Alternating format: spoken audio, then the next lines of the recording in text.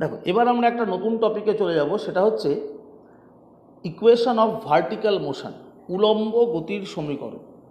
Equation of vertical motion বা উলম্ব গতির সমীকরণ। উলম্ব গতি মানে কি?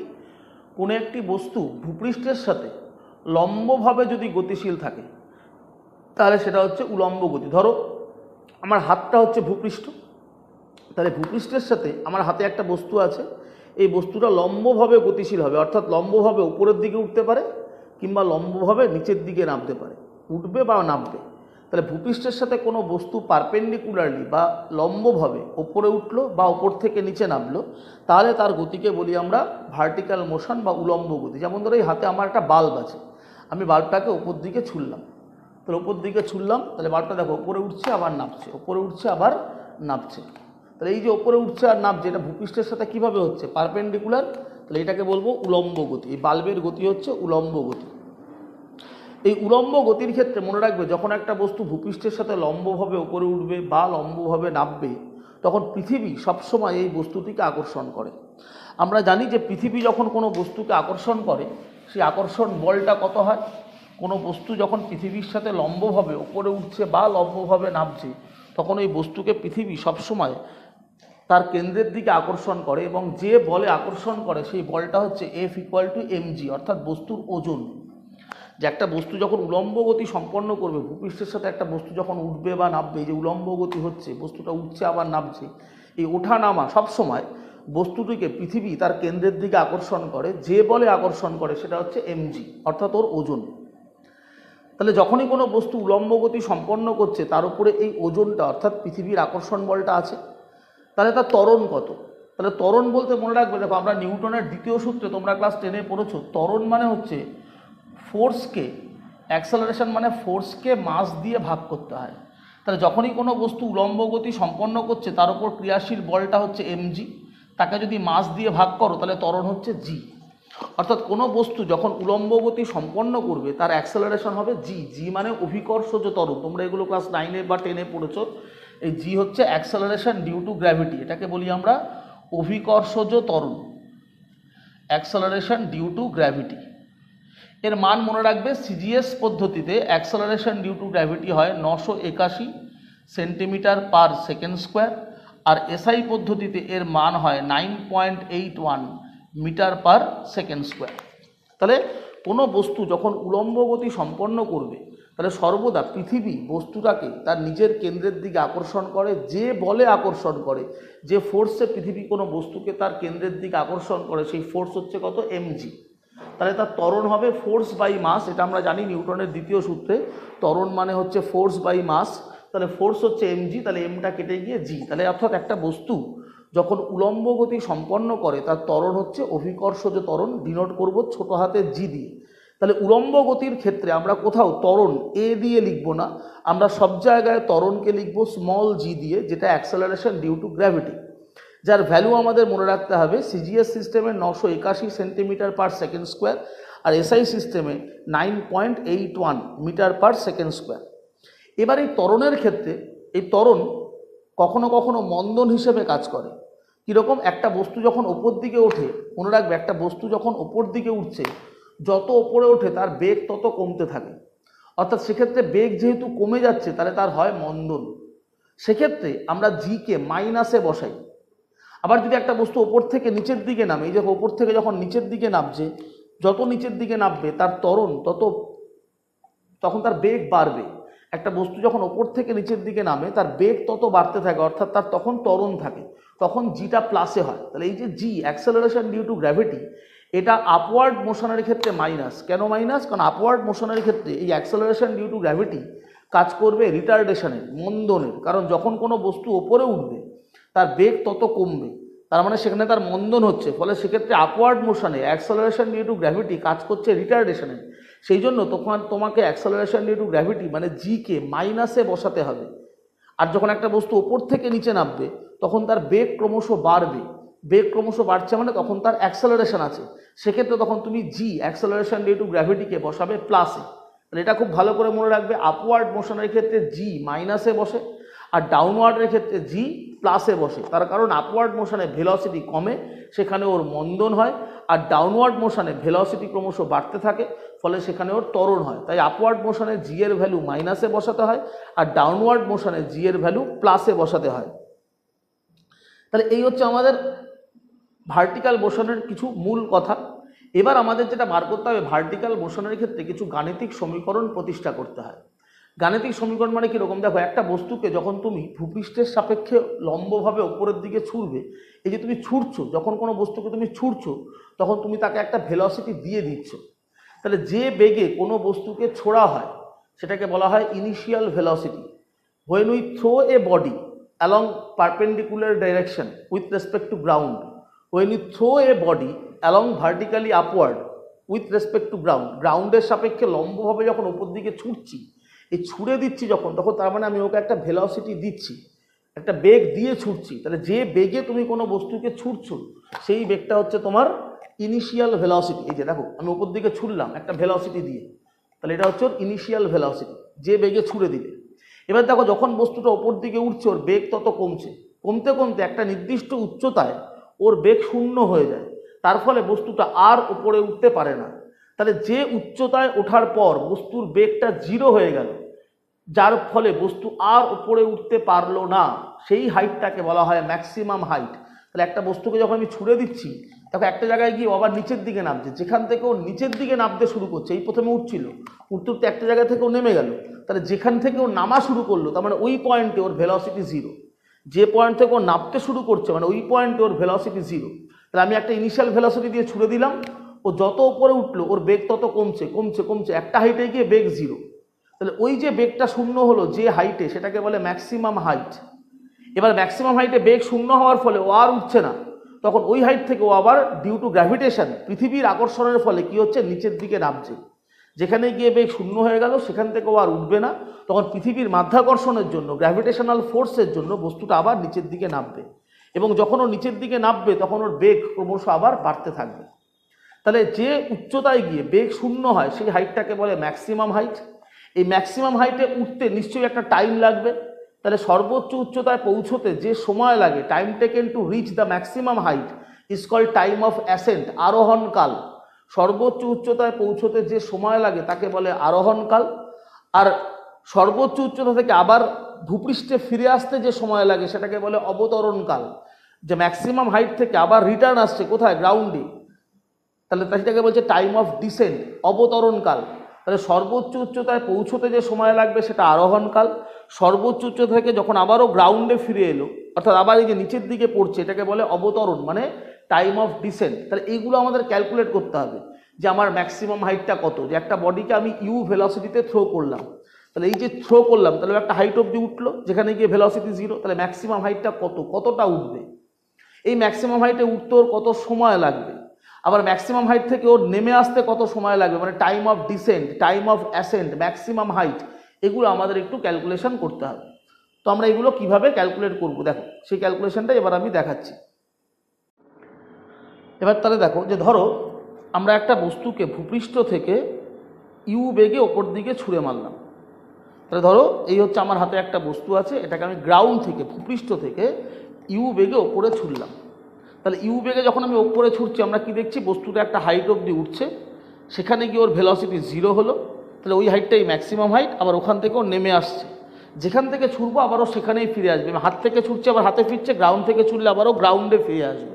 তাহলে যে বেগে ভূপৃষ্ঠ থেকে একটা বস্তুকে তুমি উপর দিকে ছুটছো সেই বেগটাকে আমরা বলবো ইনিশিয়াল ভেলোসিটি, বা এর আরেকটা নাম আছে, এটাকে বলা যেতে পারে ভেলোসিটি অফ প্রজেকশন। যে বেগে তুমি ছুটবে সেটাকে বলে ভেলোসিটি অফ প্রজেকশন বা initial velocity, velocity of projection এটাও বলা যায়, বা তুমি বলতে পারো প্রাথমিক বেগ, ইনিশিয়াল ভেলোসিটি। তাহলে ইউ বেগে ছুটলে এবার বলটা আস্তে আস্তে ওপর দিকে উঠছে, একটা বলকে ইউ বেগে ছুটলাম, কোথা থেকে, গ্রাউন্ড থেকে। এবার বলটা আস্তে আস্তে একটা সরলরেখা বরাবর উঠছে, সরলরেখাটা কীভাবে আছে দেখো, ভূপৃষ্ঠের সাথে সমকোণে। যে পথে বস্তুটা যাচ্ছে সেই পথটা ভূপৃষ্ঠের সাথে সমকোণে, এই সমকোণে যাচ্ছে ভূপৃষ্ঠের সাথে, সেই জন্যে আমরা এটাকে বলছি উলম্ব গতি। অর্থাৎ যে পথে বস্তুটা গতিশীল হবে, যে স্ট্রেট লাইনেও গতিশীল হবে, সেই স্ট্রেট লাইনটা গ্রাউন্ডের সাথে পারপেন্ডিকুলার হবে। That's why this motion is called vertical motion. সেই জন্য আমরা এই মোশনকে বলছি উলম্ব গতি। তাহলে এবার উঠছে ওপরে, যত উপরে উঠছে ওর ভেলোসিটি তত কমছে, যত উঠছে ওর ভেলোসিটি তত কমছে, ফলে একটা নির্দিষ্ট উচ্চতায় গিয়ে ওর বেগ হয়ে গেল শূন্য। এই যে হাইটে গিয়ে ওর বেগ শূন্য হলো সেই হাইটটাকেই বলা হয় ম্যাক্সিমাম হাইট। তাহলে এই হাইটে গিয়ে যদি ওর বেগ শূন্য হয় তাহলে এই হাইটটাকে তুমি বলবে maximum height, maximum height H, সর্বোচ্চ উচ্চতা। এবং এই যে মোশনটাও এক্সিকিউট করছে, প্রথমে উঠলো, এবার উঠে কি ওখানে দাঁড়িয়ে থাকবে? নিশ্চয়ই না। আমরা কি দেখছি দেখো, এই যে বস্তুটাকে ছুটছো, বস্তুটা উঠছে, বেগ শূন্য হলো, আবার ওখান থেকে সঙ্গে সঙ্গে নেমে চলে আসলো নিচে। তাহলে এখানে গিয়ে যেখানে বেগটা শূন্য হলো সেটাই হচ্ছে ওর ম্যাক্সিমাম হাইট।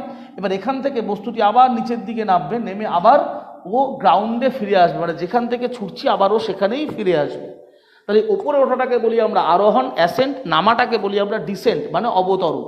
তাহলে প্রথমে আমরা ম্যাক্সিমাম হাইটটা বার করব, এবং এক্ষেত্রে ওর যে অ্যাক্সেলারেশন থাকছে, মনে রাখবে আমি আগেই বললাম অ্যাক্সেলারেশনটা হচ্ছে জি, মানে অ্যাক্সেলারেশন ডিউ টু গ্র্যাভিটি, সেটা কাজ করে সবসময় উলম্বভাবে নিচের দিকে। অভিকর্ষজ ত্বরণ সবসময় উলম্বভাবে নিচের দিকে। তাহলে এখানে দেখো, আমি যখন বস্তুটাকে ছুড়লাম, বস্তুটা যখন উপরে উঠছে, এই যে উপরে যখন উঠছে, তখন ওর ডিরেকশন অফ মোশনটা এই অভিকর্ষজ ত্বরণের কোন দিকে আছে? বিপরীত দিকে। যখন ওপর দিকে উঠছে, বস্তুর গতির অভিমুখ ত্বরণের বিপরীত দিকে, তার ফলে সেখানে ওর মন্দন হচ্ছে। যে প্রথমে যখন বস্তুটাকে তুমি ছুটছো, বস্তুর গতির অভিমুখ ত্বরণের বিপরীত দিকে, তার ফলে ওর বেগ ক্রমশ কমছে, অর্থাৎ এখানে তখন জি এর মানটা মাইনাসে। আর যখন ওপর থেকেও নামছে তখন ওর গতির অভিমুখ ত্বরণের দিকে, যখন ও নামছে তখন ওর গতির অভিমুখ ত্বরণের দিকে, তার ফলে তখন ওর বেগ ক্রমশ বাড়ছে, অর্থাৎ তখন জি এর মানটা প্লাস। তাহলে যখন আমরা উপরে উঠবো, during upward motion, direction of motion is opposite to acceleration due to gravity, so velocity decreases, therefore g is negative, therefore g is negative. During vertical upward motion, direction of motion is opposite to acceleration due to gravity, so its velocity decreases, and that's why g is negative. But in downward motion, direction of motion is along the direction of acceleration due to gravity, so velocity increases, therefore g is positive. During downward motion, direction of motion is along the direction of acceleration due to gravity, so velocity increases, that's why g is positive. তাহলে বোঝা গেল যে ওপরে ওঠার সময় জি এর মানটা minus কেন, নামার সময় জি এর মানটা প্লাস কেন। ওঠার সময় জি অ্যাক্সেলারেশন ডিউ টু গ্র্যাভিটি তোমার উলম্ব গতির বিপরীত দিকে থাকে, তাই জি মাইনাস, সেক্ষেত্রে বেগ কমবে। আর নামার সময় তোমার গতির অভিমুখ অভিকর্ষজ ত্বরণের দিকে হয়, ফলে ওর বেগ ক্রমশ বাড়তে থাকে, তাই জন্য জি এর মানটা প্লাস। তাহলে আমরা প্রথমে যখন উলম্ব গতির সমীকরণ করব, ফার্স্ট আমরা কি বার করব? Maximum height. ভালো করে দেখবে, দেখো ম্যাক্সিমাম হাইট ক্যালকুলেট করার সময় আমরা যে সমীকরণটা ব্যবহার করব সেটা কোনটা? আমরা ইকুয়েশনটা ইউজ করব, উই নো, আমরা বেগের ইকুয়েশন দেখো একটা পড়েছি, v square equal to u square plus 2as। এবার এক্ষেত্রে এ মানে অ্যাক্সেলারেশন, তাহলে আমার এই ক্ষেত্রে অ্যাক্সেলারেশনটা কত বললাম? উপরে ওঠার সময় জি মাইনাসে হয়। আমাদের এখানে অ্যাক্সেলারেশন সবসময় জি, অ্যাক্সেলারেশন ডিউ টু গ্র্যাভিটি, কিন্তু যখন আমি উপরে উঠবো তখন জি এর ভ্যালু মাইনাসে, তাহলে এ এর মানটা যেটা ত্বরণ সেটা হয়ে গেল এখানে মাইনাস জি।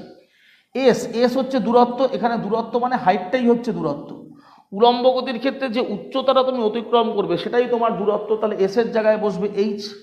ডিস্টেন্স হবে তোমার হাইট, ডিস্টেন্স হবে তোমার এখানে উচ্চতার সমান হাইট, তাহলে ডিস্টেন্সের জায়গায় বসাবে হাইট। আর যখন ম্যাক্সিমাম হাইট বার করছো তখন সেখানে দেখো তোমার ভেলোসিটি কত হয়ে গেছে? 0। তাহলে আমরা কি লিখবো এবার? ভি এর জায়গায় 0। প্রাথমিক বেগ যে বেগে আমি ছুড়েছি সেটা কত ছিল? ইউ, যেটাকে আমরা বললাম ইনিশিয়াল ভেলোসিটি বা ভেলোসিটি অফ প্রজেকশন, তাহলে ইউই থাকলো, প্লাস 2 এর মানটা এখানে মাইনাস জি, আর এস হচ্ছে কত? Height H. তাহলে কি চলে আসলো? 0 equal to u square minus 2gh, তাহলে you square equal to 2gh। তাহলে এইচ এর মানটা ম্যাক্সিমাম হাইটটা হয়ে গেল ইউ স্কোয়ার বাই 2g। তাহলে এটা হচ্ছে সর্বোচ্চ উচ্চতার ফর্মুলা। তাহলে একটা বস্তুকে যখন ভূপৃষ্ঠ থেকে বা কোনো একটা নির্দিষ্ট স্থান থেকে যখন তুমি ইউ বেগে ছুড়বে, তাহলে ও যে সর্বোচ্চ উচ্চতাটা উঠবে সেটা হবে ইউ স্কোয়ার বাই 2g।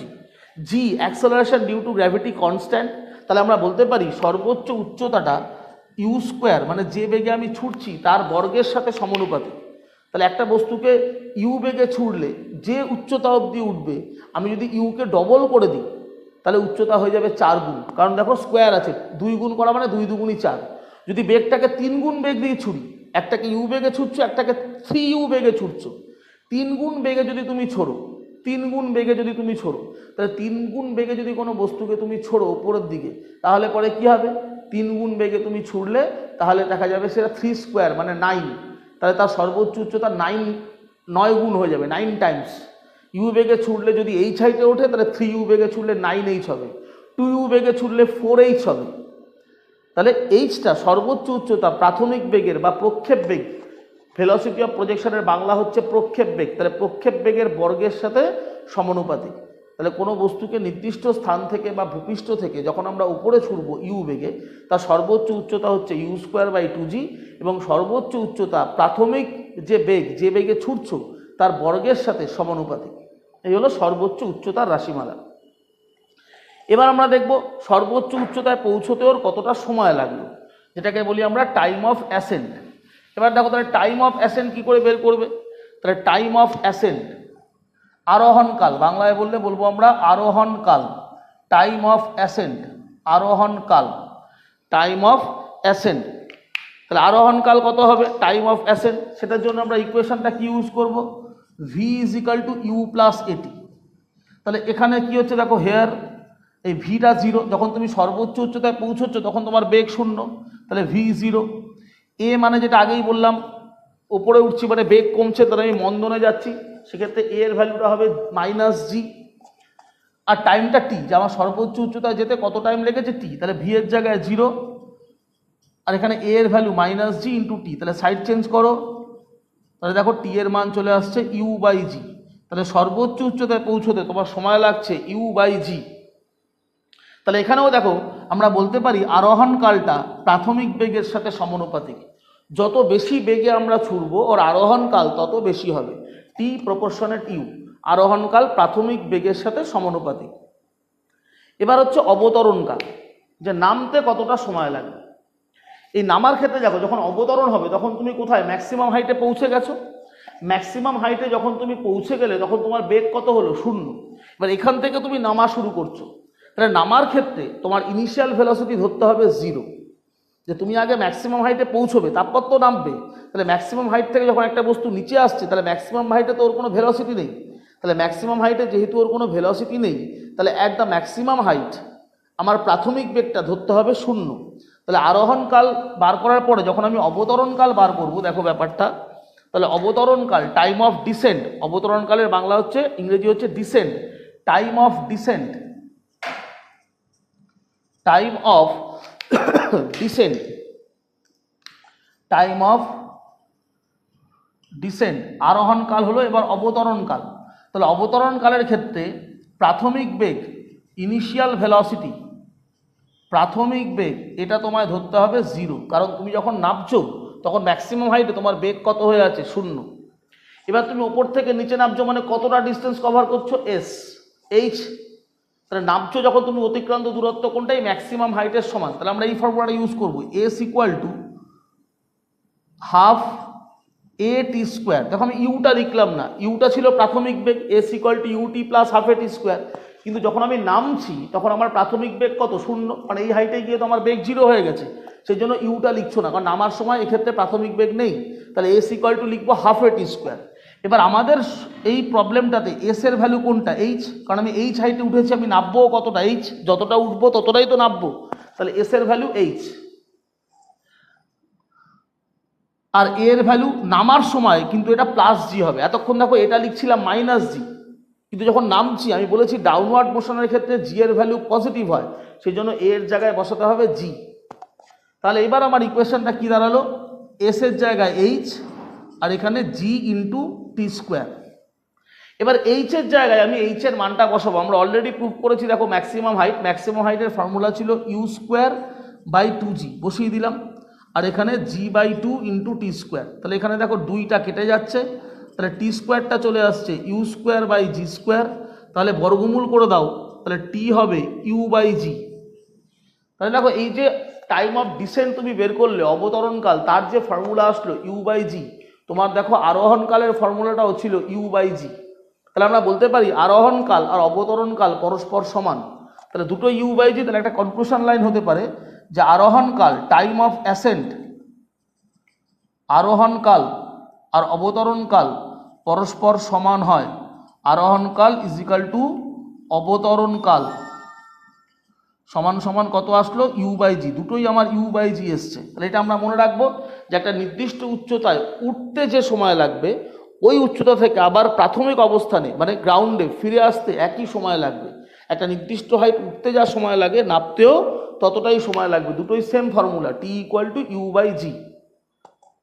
তাহলে T equal to U by G, T এর ফর্মুলা দুটো হতে পারে, একটা আমি এইচ এর মান বসিয়ে তোমায় দেখালাম, আবার এইখান থেকেও দেখো একটা টি এর ফর্মুলা আমরা লিখতে পারি, T square equal to 2h by G. তাহলে এখান থেকে একটা লাইন লেখা যায় T equal to root over of 2h by G, এটাও একটা ফর্মুলা আমরা করতে পারি যে টি equal to root over 2h by G, বা আমি এইচ এর মানটা ইউ স্কোয়ার বাই 2g বসিয়ে দিলাম, বসিয়ে দিয়ে আমার টি এর মান আসলো ইউ বাই জি, যার দ্বারা আমি প্রমাণ করলাম যে আরোহণকাল আর অবতরণকাল সমান। তাহলে এটা হচ্ছে আমার time of descent, time of ascent, এবং আমরা শিখে গেলাম যে আরোহণকাল অবতরণকাল সমান। এইবার প্রশ্ন হচ্ছে আমি যখন বস্তুটাকে ছুড়লাম, বস্তুটা একটা ম্যাক্সিমাম হাইটে পৌঁছলো, পৌঁছে এবার তো আবার নামছে, নেমে এসে আবার কোথায় পড়বে, মাটিতে, মাটি থেকে ছুঁড়েছো আবার মাটিতে এসে ফিরবে। তাহলে এই যে ছুড়লাম ওপরে উঠলো, ভেলোসিটি 0 হলো, সেখান থেকে আবারও নেমে আসছে, নেমে এসে গ্রাউন্ডে হিট করলো। তাহলে just before touch the ground, ফিরে আসার সময় যখন ও ভূমি স্পর্শ করছে, তাহলে ভূমি স্পর্শ করার ঠিক আগের মুহূর্তে ওর ভেলোসিটিটা কত? ভূমি স্পর্শ করার আগের মুহূর্তে যে ভেলোসিটি আমরা পাবো সেটাকে বলে velocity of return, velocity of return. তাহলে ভেলোসিটি অফ রিটার্ন আমরা বের করবো কি করে? যে ভেলোসিটি অফ রিটার্ন, যে আমি ওকে ইউ বেগে ছুঁড়েছিলাম, আমরা বস্তুটাকে ছুঁড়েছিলাম কত বেগে? ইউ বেগে, আর এই যে ও ফিরে আসলো, ফিরে আসার সময় ভূমি স্পর্শ করার ঠিক আগের মুহূর্তে ধরো ভেলোসিটি হলো v1, যে আমি ইউ বেগে ছুড়লাম, ওর ওপরে গেল, ভেলোসিটি 0 হলো ম্যাক্সিমাম হাইটে, এবার ওখান থেকে আবার নিচের দিকে নামছে, যত নামছে বেগ তত বাড়বে, আর নামার সময় জি এর মান প্লাস, ওটা ত্বরণের কাজ করে, যত নামছে বেগ বাড়ছে বেগ বাড়ছে। তাহলে বিফোর হিট দ্য গ্রাউন্ড, ভূমি স্পর্শ করার ঠিক আগের মুহূর্তে ওর ভেলোসিটিটা কত ধরলাম, সেটা v1। এই v1টা এবার বার করব, তাহলে এটাকে বলে velocity of return, velocity of return, ভূমি স্পর্শ করার আগের মুহূর্তে বেগ। তাহলে সেটার জন্য ক্যালকুলেশন কীরকম হবে দেখো, তার জন্য কোন ফর্মুলা ইউজ করব? এখানে v1টা হচ্ছে ফাইনাল ভেলোসিটি, আর প্রাথমিক বেগ কত? 0। আমি আগেই বলেছি যে নামার সময় নামছো কোথা থেকে? ম্যাক্সিমাম হাইট থেকে, তাহলে ম্যাক্সিমাম হাইটে তোমার বেগ 0, তাহলে প্রাথমিক বেগ 0, আর তোমার অন্তিম বেগ যেটা নিয়ে তুমি গ্রাউন্ডে এসে পড়ছো সেটা কত? v1, তাহলে v1 হচ্ছে অন্তিম বেগ। তাহলে আমরা ফর্মুলাটা ইউজ করব v1 স্কোয়ার ইকুয়াল টু 0, প্রাথমিক বেগ 0 plus 2as, v square equal to u square plus 2as পড়েছো, এখানে ভি এর জায়গায় v1 লিখছো কারণ অন্তিম বেগ v1, তাহলে v1 square equal to 0 plus 2as, 0 কেন? কারণ প্রাথমিক বেগ 0, প্লাস 2as, এ মানে ত্বরণ, তাহলে ত্বরণটা এখানে কোনটা? তাহলে এখানে আমরা আগেই আলোচনা করেছি নামার সময় ত্বরণটা হবে প্লাস জি, আর এস অ্যান্ড এস, এস মানে দূরত্ব, তাহলে নামছো মানে কত দূরত্ব কভার করছো? ম্যাক্সিমাম হাইটের সমান, অর্থাৎ এইচ। তাহলে আমরা কি লিখবো? v1 square is equal two 2gh, তাহলে v1 ইজ ইকাল টু হয়ে গেল রুট ওভার অফ 2gh। এইটা হচ্ছে ভেলোসিটি অফ রিটার্ন। এবার দেখো এইচ এর জায়গায় যদি আমি এইচ এর মানটা বসিয়ে দিই, ভালো করে দেখবে, এইচ এর জায়গায় এইচ এর যে মানটা আমরা পেয়েছিলাম ইউ স্কোয়ার বাই 2g বসিয়ে দিই, তাহলে 2g কেটে গেল, তাহলে বর্গমূল করলে চলে আসলো ইউ। তাহলে আমরা প্রমাণ করতে পারছি দেখো v1 এর মান কার সমান? ইউর সমান। তাহলে যে বেগে ছুঁড়েছি আর ও যে বেগে ফিরে এসছে গ্রাউন্ডে, দুটো বেগ সমান। তাহলে আমরা বলতে পারি প্রক্ষেপ বেগ, যে বেগে ছুড়লাম, বা velocity of projection is equal to velocity of return. তাহলে আমরা বলতে পারি velocity of return, velocity of return is equal to velocity of projection, velocity of projection, বাংলায় বললে প্রত্যাবর্তন বেগ। ভেলোসিটি অফ রিটার্নকে বাংলায় বলে প্রত্যাবর্তন বেগ। তাহলে প্রত্যাবর্তন বেগ আর প্রক্ষেপ বেগ, ভেলোসিটি অফ প্রজেকশনের বাংলা হচ্ছে প্রক্ষেপ বেগ। তাহলে প্রত্যাবর্তন বেগ আর প্রক্ষেপ বেগ সমান, তাহলে প্রত্যাবর্তন বেগ আর প্রক্ষেপ বেগ সমান। তার মানে দেখো প্রত্যাবর্তন যেখানে হয়েছে, কোথায় হয়েছে? মাটিতে, আর ছুঁড়েছো কোত্থেকে? সেটাও গ্রাউন্ড থেকে। তাহলে একটা নির্দিষ্ট লেভেলে, গ্রাউন্ড হচ্ছে একটা লেভেল, হরাইজন্টাল লেভেল, তাহলে গ্রাউন্ড থেকে যে বেগে ছুড়লাম ও যখন ফিরে আসলো সেম বেগে ফিরে আসলো, তাহলে আমরা একটা কনক্লুশন মনে রাখতে পারি, একটা পার্টিকুলার হরাইজন্টাল লেভেলে আপওয়ার্ড ভেলোসিটি, যখন ছুটছো ভেলোসিটি কোন দিকে, ওপরের দিকে, আর যখন ফিরে আসছো ভেলোসিটি কোন দিকে, নিচের দিকে। তাহলে একটা পার্টিকুলার হরাইজন্টাল লেভেলে আপওয়ার্ড ভেলোসিটি আর ওই একই লেভেলে ডাউনওয়ার্ড ভেলোসিটি দুটো সেম হয়। একটা হরাইজন্টাল লেভেলে আপওয়ার্ড ভেলোসিটি আর ডাউনওয়ার্ড ভেলোসিটি দুটো সেম হয়। এটাও একটা কনক্লুশন পয়েন্ট মনে রাখতে হবে যে velocity of projection, velocity of return same. তাহলে ভেলোসিটি প্রজেকশন কোথা থেকে হয়েছে, গ্রাউন্ড থেকে। রিটার্ন কোথায় হয়েছে, গ্রাউন্ডে। তাহলে একটা হরাইজন্টাল লেভেলে তুমি আছো, তাহলে একই হরাইজন্টাল লেভেলে আপওয়ার্ড ভেলোসিটি আর ডাউনওয়ার্ড ভেলোসিটি অলওয়েজ সেম হবে।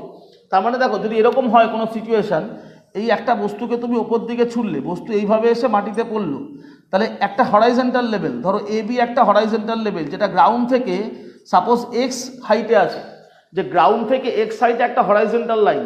তাহলে এ পয়েন্টকে যখন ভেলোসিটি বস্তুটা ক্রস করছে ওপরের দিকে, আর বি পয়েন্টকে ক্রস করছে কোথায়, নিচের দিকে, কিন্তু দেখো এ আর বি একটা হরাইজন্টাল লেভেলে আছে।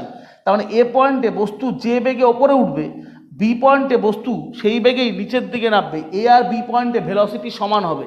এটা খুব ভাইটাল কথা, এবং এটা মনে রাখবে যে একটা হরাইজন্টাল লেভেলে আপওয়ার্ড ভেলোসিটি আর ডাউনওয়ার্ড ভেলোসিটি সেম। আমি গ্রাউন্ড থেকে একটা বস্তুকে ছুড়লাম, বস্তু এই পর্যন্ত উঠলো, এটা ওর ম্যাক্সিমাম হাইট, এখান থেকে আবার গ্রাউন্ডে ফিরে এলো। তাহলে এ বি এই যে হরাইজন্টাল লাইনটা, এটাকে দেখো দুবার ক্রস করছে, একটা ওঠার সময়, একবার নামার সময়। তাহলে ওঠার সময় যখন ক্রস করছে তার যে ভেলোসিটি হবে, আবার নামার সময় যখন এই একই হরাইজন্টাল লেভেলকে ক্রস করছে বি পয়েন্টে, এ আর বি পয়েন্টে দুটো ভেলোসিটির ম্যাগনিটিউড সেম। এ আর বি পয়েন্টে দুটো ভেলোসিটির মান সমান, শুধু অভিমুখ আলাদা। এ পয়েন্টে বেগটা ওপরের দিকে, বি পয়েন্টে বেগটা নিচের দিকে। তাই জন্য আমি বলছি যে একই অনুভূমিক রেখায়, এই যে একই অনুভূমিক রেখায় ইউ বেগ আর ভি ওয়ান বেগ সমান। তাহলে একই অনুভূমিক রেখায় আপওয়ার্ড ভেলোসিটি আর ওই একই অনুভূমিক রেখায় যখন নামছে ডাউনওয়ার্ড ভেলোসিটি, দুটো পরস্পর সমান হয়। সেই জন্য আমরা বলছি velocity of return equal to velocity of projection. তাহলে এই ইকুয়েশনগুলো আমরা ভার্টিক্যাল মোশনের ক্ষেত্রে পাচ্ছি, ম্যাক্সিমাম হাইট, আরোহণকাল, অবতরণকাল এবং ভেলোসিটি অফ রিটার্ন। এবং আমরা দেখলাম, দেখো যে উচ্চতা, সর্বোচ্চ উচ্চতা প্রাথমিক বেগের বর্গের সাথে সমানুপাতিক। আবার নামার ক্ষেত্রে যে আরোহণকাল বা অবতরণকাল পেলে তার ফর্মুলা কি পেলে, টি equal to U by G. তাহলে আরোহণকাল বা অবতরণকাল এরা ইউর সাথে সমানুপাতিক। তাহলে আরোহণকাল বা অবতরণকাল এটা প্রাথমিক বেগের সাথে সমানুপাতিক, আর উচ্চতাটা প্রাথমিক বেগের বর্গের সাথে সমানুপাতিক। আর এই আরোহণকাল আর অবতরণকালকে যদি যোগ করো, আরোহণকাল আর অবতরণকালকে যখন তুমি যোগ করবে, তখন সেটাকে বলে উড্ডয়নকাল, time of flight. Time of flight বলে একটা কথা হয়, time of flight capital T, সেটা হচ্ছে আরোহণকাল মানে টাইম অফ অ্যাসেন্ট, আরোহণকাল time of ascent, time of ascent plus time of descent, অর্থাৎ u by g plus u by g, তার মানে হবে 2u/g। আরোহণকাল আর অবতরণকালকে যোগ করলে সেটাকে বলা হয় টাইম অফ অ্যাসেন্ট। আরোহণকাল আর অবতরণকালকে যোগ করলে সেটাকে বলে টাইম অফ অ্যাসেন্ট। কথা বোঝা গেল? আর এখানেও যদি তোমায় কখনো বলে যে একটা বস্তুর আরোহণকাল টি, তাহলে টি তম সেকেন্ডে অতিক্রান্ত দূরত্ব, উচ্চতা বার করো। টি তম সেকেন্ডে অতিক্রান্ত উচ্চতার যদি ফর্মুলা তুমি করো, এখানেও একই ফর্মুলা হবে যেটা আগেও শিখেছি। টি তম সেকেন্ড বা এন তম সেকেন্ড, একই ব্যাপার। এন তম সেকেন্ডে উচ্চতা, কতটা উচ্চতা কভার করছো, তাহলে এন তম সেকেন্ডে উচ্চতা মানে এইচ লিখে সাফিক্সে এনএথ লিখবে, ফর্মুলা একই হবে, ইউ প্লাস হাফ এর জায়গায় লিখবে জি 2n-1। আমরা এন তম সেকেন্ডে দূরত্বের যে ফর্মুলা লিখতাম S nth equal to u plus half a 2n-1, ওটাই লিখবো, এইচ এনএথ করবো, এইচ মানে হাইট, তাহলে এটা হবে এন তম সেকেন্ডের উচ্চতা, ইউ প্লাস হাফ এর জায়গায় জি হবে, কারণ আমি বললাম উলম্ব গতির ক্ষেত্রে অ্যাক্সেলারেশনটা হয় অ্যাক্সেলারেশন ডিউ টু গ্র্যাভিটি, তাহলে এর জায়গায় জি হবে, আর ব্র্যাকেটে 2n-1। এবার এখানে মনে রাখতে হবে যখন বস্তুটা ওপরে উঠবে, ধরো উঠছে ওপরে, আপওয়ার্ড মোশন, তাহলে জি এর ভ্যালু মাইনাস, তখন এখানে মাইনাস হয়ে যাবে। আর যখন ও নামবে তখন জি এর ভ্যালুটা প্লাস।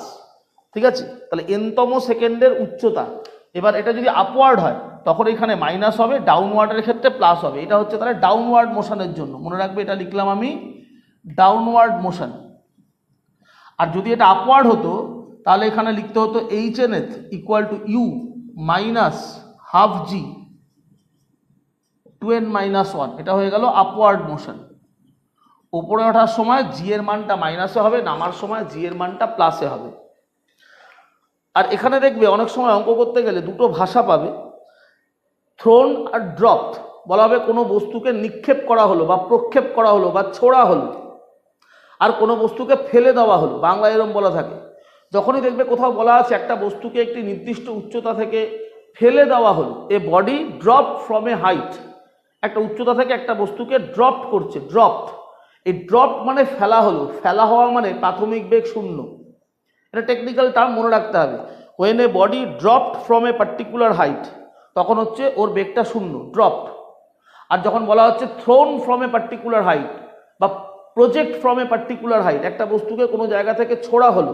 এই ছোড়া হলো মানে এরকম, দেখো একটা হাইট থেকে আমি একটা বস্তুকে ড্রপ করলাম, এটাকে বলে ড্রপ করা। দেখো আমার হাতটা নড়ছে না, আমার হাতের মধ্যে বলটা আছে, আমি ড্রপ করছি মানে হাতটাকে জাস্ট ছেড়ে দিলাম, বস্তু পড়ে গেল। তাহলে আমি হাতটাকে নাড়াচ্ছি না, এই হাত যখন নড়ছে না তার মানে আমি কোনো ভেলোসিটি দিলাম না, তাহলে ড্রপ করলাম মানে velocity zero, initial velocity zero.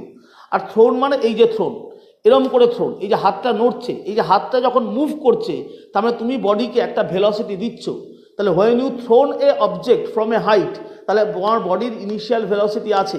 When you thrown a object from a height then the body have some initial velocity. আর when you drop a body from a height, drop, there is no initial velocity. তাহলে drop বলা থাকলে বা ফেলে দিলাম বলা থাকলে your মান জিরো হবে, আর ছুঁড়ে মারলাম বা থ্রো করলাম তার মানে u not equal to zero, সেখানে ইউর একটা মান প্রশ্নে বলা থাকবে।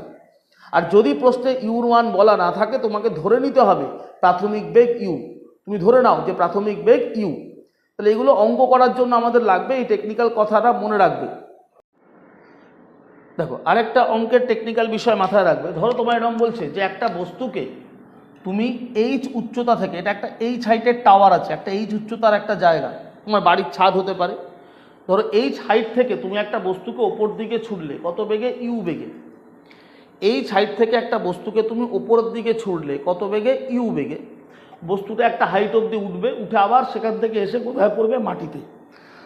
তাহলে এইচ উচ্চতা থেকে যখন কোনো বস্তুকে ছোড়া হলো, আমি গ্রাউন্ড থেকে ছুটছি না, কোথা থেকে ছুটছি? এইচ হাইট থেকে। এই সাইড থেকে আমি একটা বস্তুকে ছুড়লাম, যে বাড়ির ছাদ থেকে একটা ঢিল ওপর দিকে ছুড়লে, এবার ঢিলটা উপরে উঠলো একটা ম্যাক্সিমাম হাইটে, সেখান থেকে এসে মাটিতে পড়লো, গ্রাউন্ডে এসে পড়ছে কোথায়? গ্রাউন্ডে। এবার তোমাকে বললো যে এই উচ্চতা থেকে বস্তুটাকে তুমি ছুড়লে, তাহলে বস্তুটা যখন এই গ্রাউন্ডে এসে পড়ছে, তাহলে গ্রাউন্ডে এসে পড়তে ওর কতটা সময় লাগবে? তাহলে গ্রাউন্ডে এসে পড়তে কতটা সময় লাগবে, এই সময়টা ক্যালকুলেট করার জন্য দেখো আমরা কি করবো, ভালো করে দেখো। আমি ছুঁড়েছি কোথা থেকে? এই সাইড থেকে। ও কোথায় এসে পড়ছে? গ্রাউন্ডে। তার মানে যেখান থেকে আমি ছুটছি তার রেসপেক্টে গ্রাউন্ডে এসে পড়া মানে অ্যাকচুয়ালি ও কতটা হাইট নামবে? এইচ। আমি যে পজিশন থেকে ওকে ছুঁড়েছি তার রেসপেক্টে যখন ও গ্রাউন্ডে ফিরে এলো, তার মানে যেখান থেকে ছুড়লাম, পয়েন্ট অফ প্রজেকশন যেখান থেকে ছোড়া হলো, এই পয়েন্ট অফ প্রজেকশন থেকে ও যখন গ্রাউন্ডে এসে পৌঁছলো, তাহলে অ্যাকচুয়ালি ও কতটা উচ্চতা নামলো? এইচ। তাহলে অতিক্রান্ত দূরত্ব আমি লিখবো এইচ। এবার এইচ ইকুয়াল টু কি লিখি আমরা? U t plus half a t square. H equal to u t plus half a মানে জি ইন্টু টি স্কোয়ার। এখানে প্লাস লিখবে কারণ দেখো তোমায় বলেছে মাটিতে পৌঁছতে কত সময় লাগবে, তার মানে তোমার মোশনটা কোন দিকে? নিচের দিকে। যে আমি এই সাইড থেকে বস্তুটাকে ছুড়লাম ইউ বেগে, তাহলে ওর ইউ হচ্ছে প্রাথমিক বেগ। এবার টি সময় বাদেও কোথায় ফিরে আসলো? মাটিতে। তাহলে মাটিতে পৌঁছানো মানে কি? দেখো যেখান থেকে আমি ছুটছি তার রেসপেক্টে আমি গ্রাউন্ডে ফিরলাম, তার মানে কোন দিকে আসছি? আমি নিচের দিকে। যে হাইট থেকে আমি বস্তুটাকে ছুঁড়েছি, আমার পয়েন্ট অফ প্রজেকশন যেখানে আছে, যে পয়েন্ট থেকে প্রজেক্ট করছো তার রেসপেক্টে যখন গ্রাউন্ডে ফিরছো, তার মানে কোন দিকে নামছো? নিচের দিকে, ডাউনওয়ার্ড। তাহলে ডাউনওয়ার্ড মোশনের ক্ষেত্রে অ্যাক্সেলারেশনটা জি হয়, তাহলে আমার প্লাস জি টাইম টি। কিন্তু এখানে একটা বিষয় খালি খেয়াল করতে হবে, সেটা হচ্ছে জি এর ডিরেকশনটা কোন দিকে আছে? নিচের দিকে। আর তুমি যখন বস্তুটাকে ছুঁড়েছো ইনিশিয়াল ভেলোসিটিতে, সেই ইনিশিয়াল ভেলোসিটি কোন দিকে আছে? দেখো উপরের দিকে। তাহলে জি এর সাথে ইউর ডিরেকশনটা অপোজিট।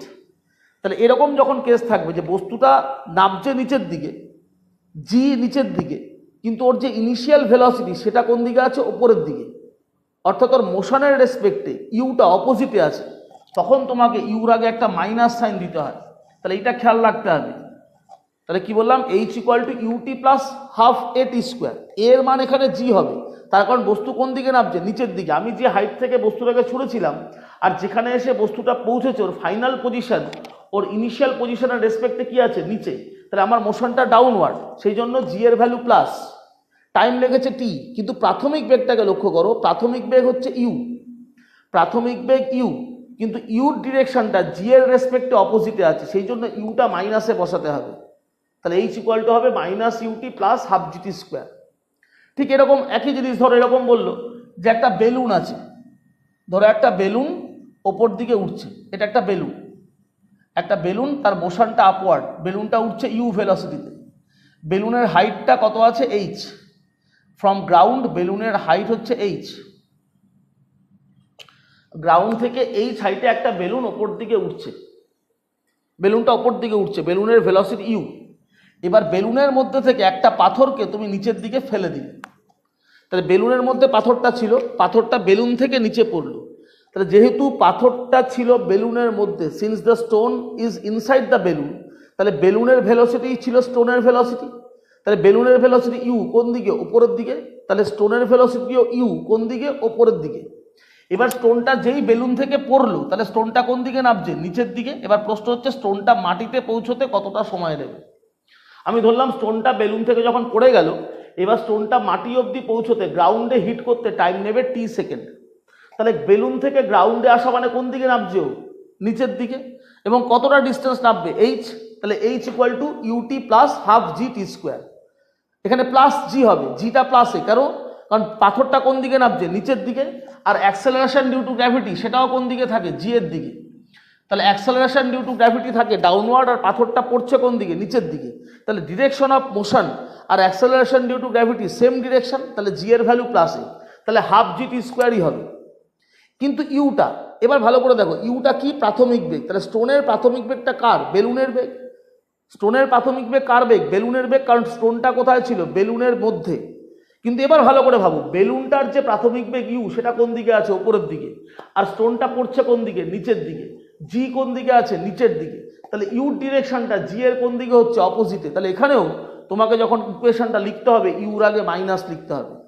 তাহলে যখনই দেখবে প্রাথমিক বেগ আর অ্যাক্সেলারেশন ডিউ টু গ্র্যাভিটি এটা অপোজিটে হয়ে যাচ্ছে, যে একটা হাইট থেকে একটা বস্তুকে তুমি ছুড়লে, বস্তুটা নিচে এসে পড়লো, তাহলে বস্তুর মোশনটা কোন দিকে, নিচের দিকে, কিন্তু ওর প্রাথমিক বেগটা কোন দিকে, উপরের দিকে, তখনই ইউটা মাইনাসে হবে। তাহলে যখন দেখবে যে বস্তুর গতির অভিমুখ নিচের দিকে, কিন্তু ওর প্রাথমিক বেগ সেটা কোন দিকে আছে, ওপরের দিকে, অর্থাৎ উল্টো, তখন তোমাকে ইউটা মাইনাসে নিতে হবে।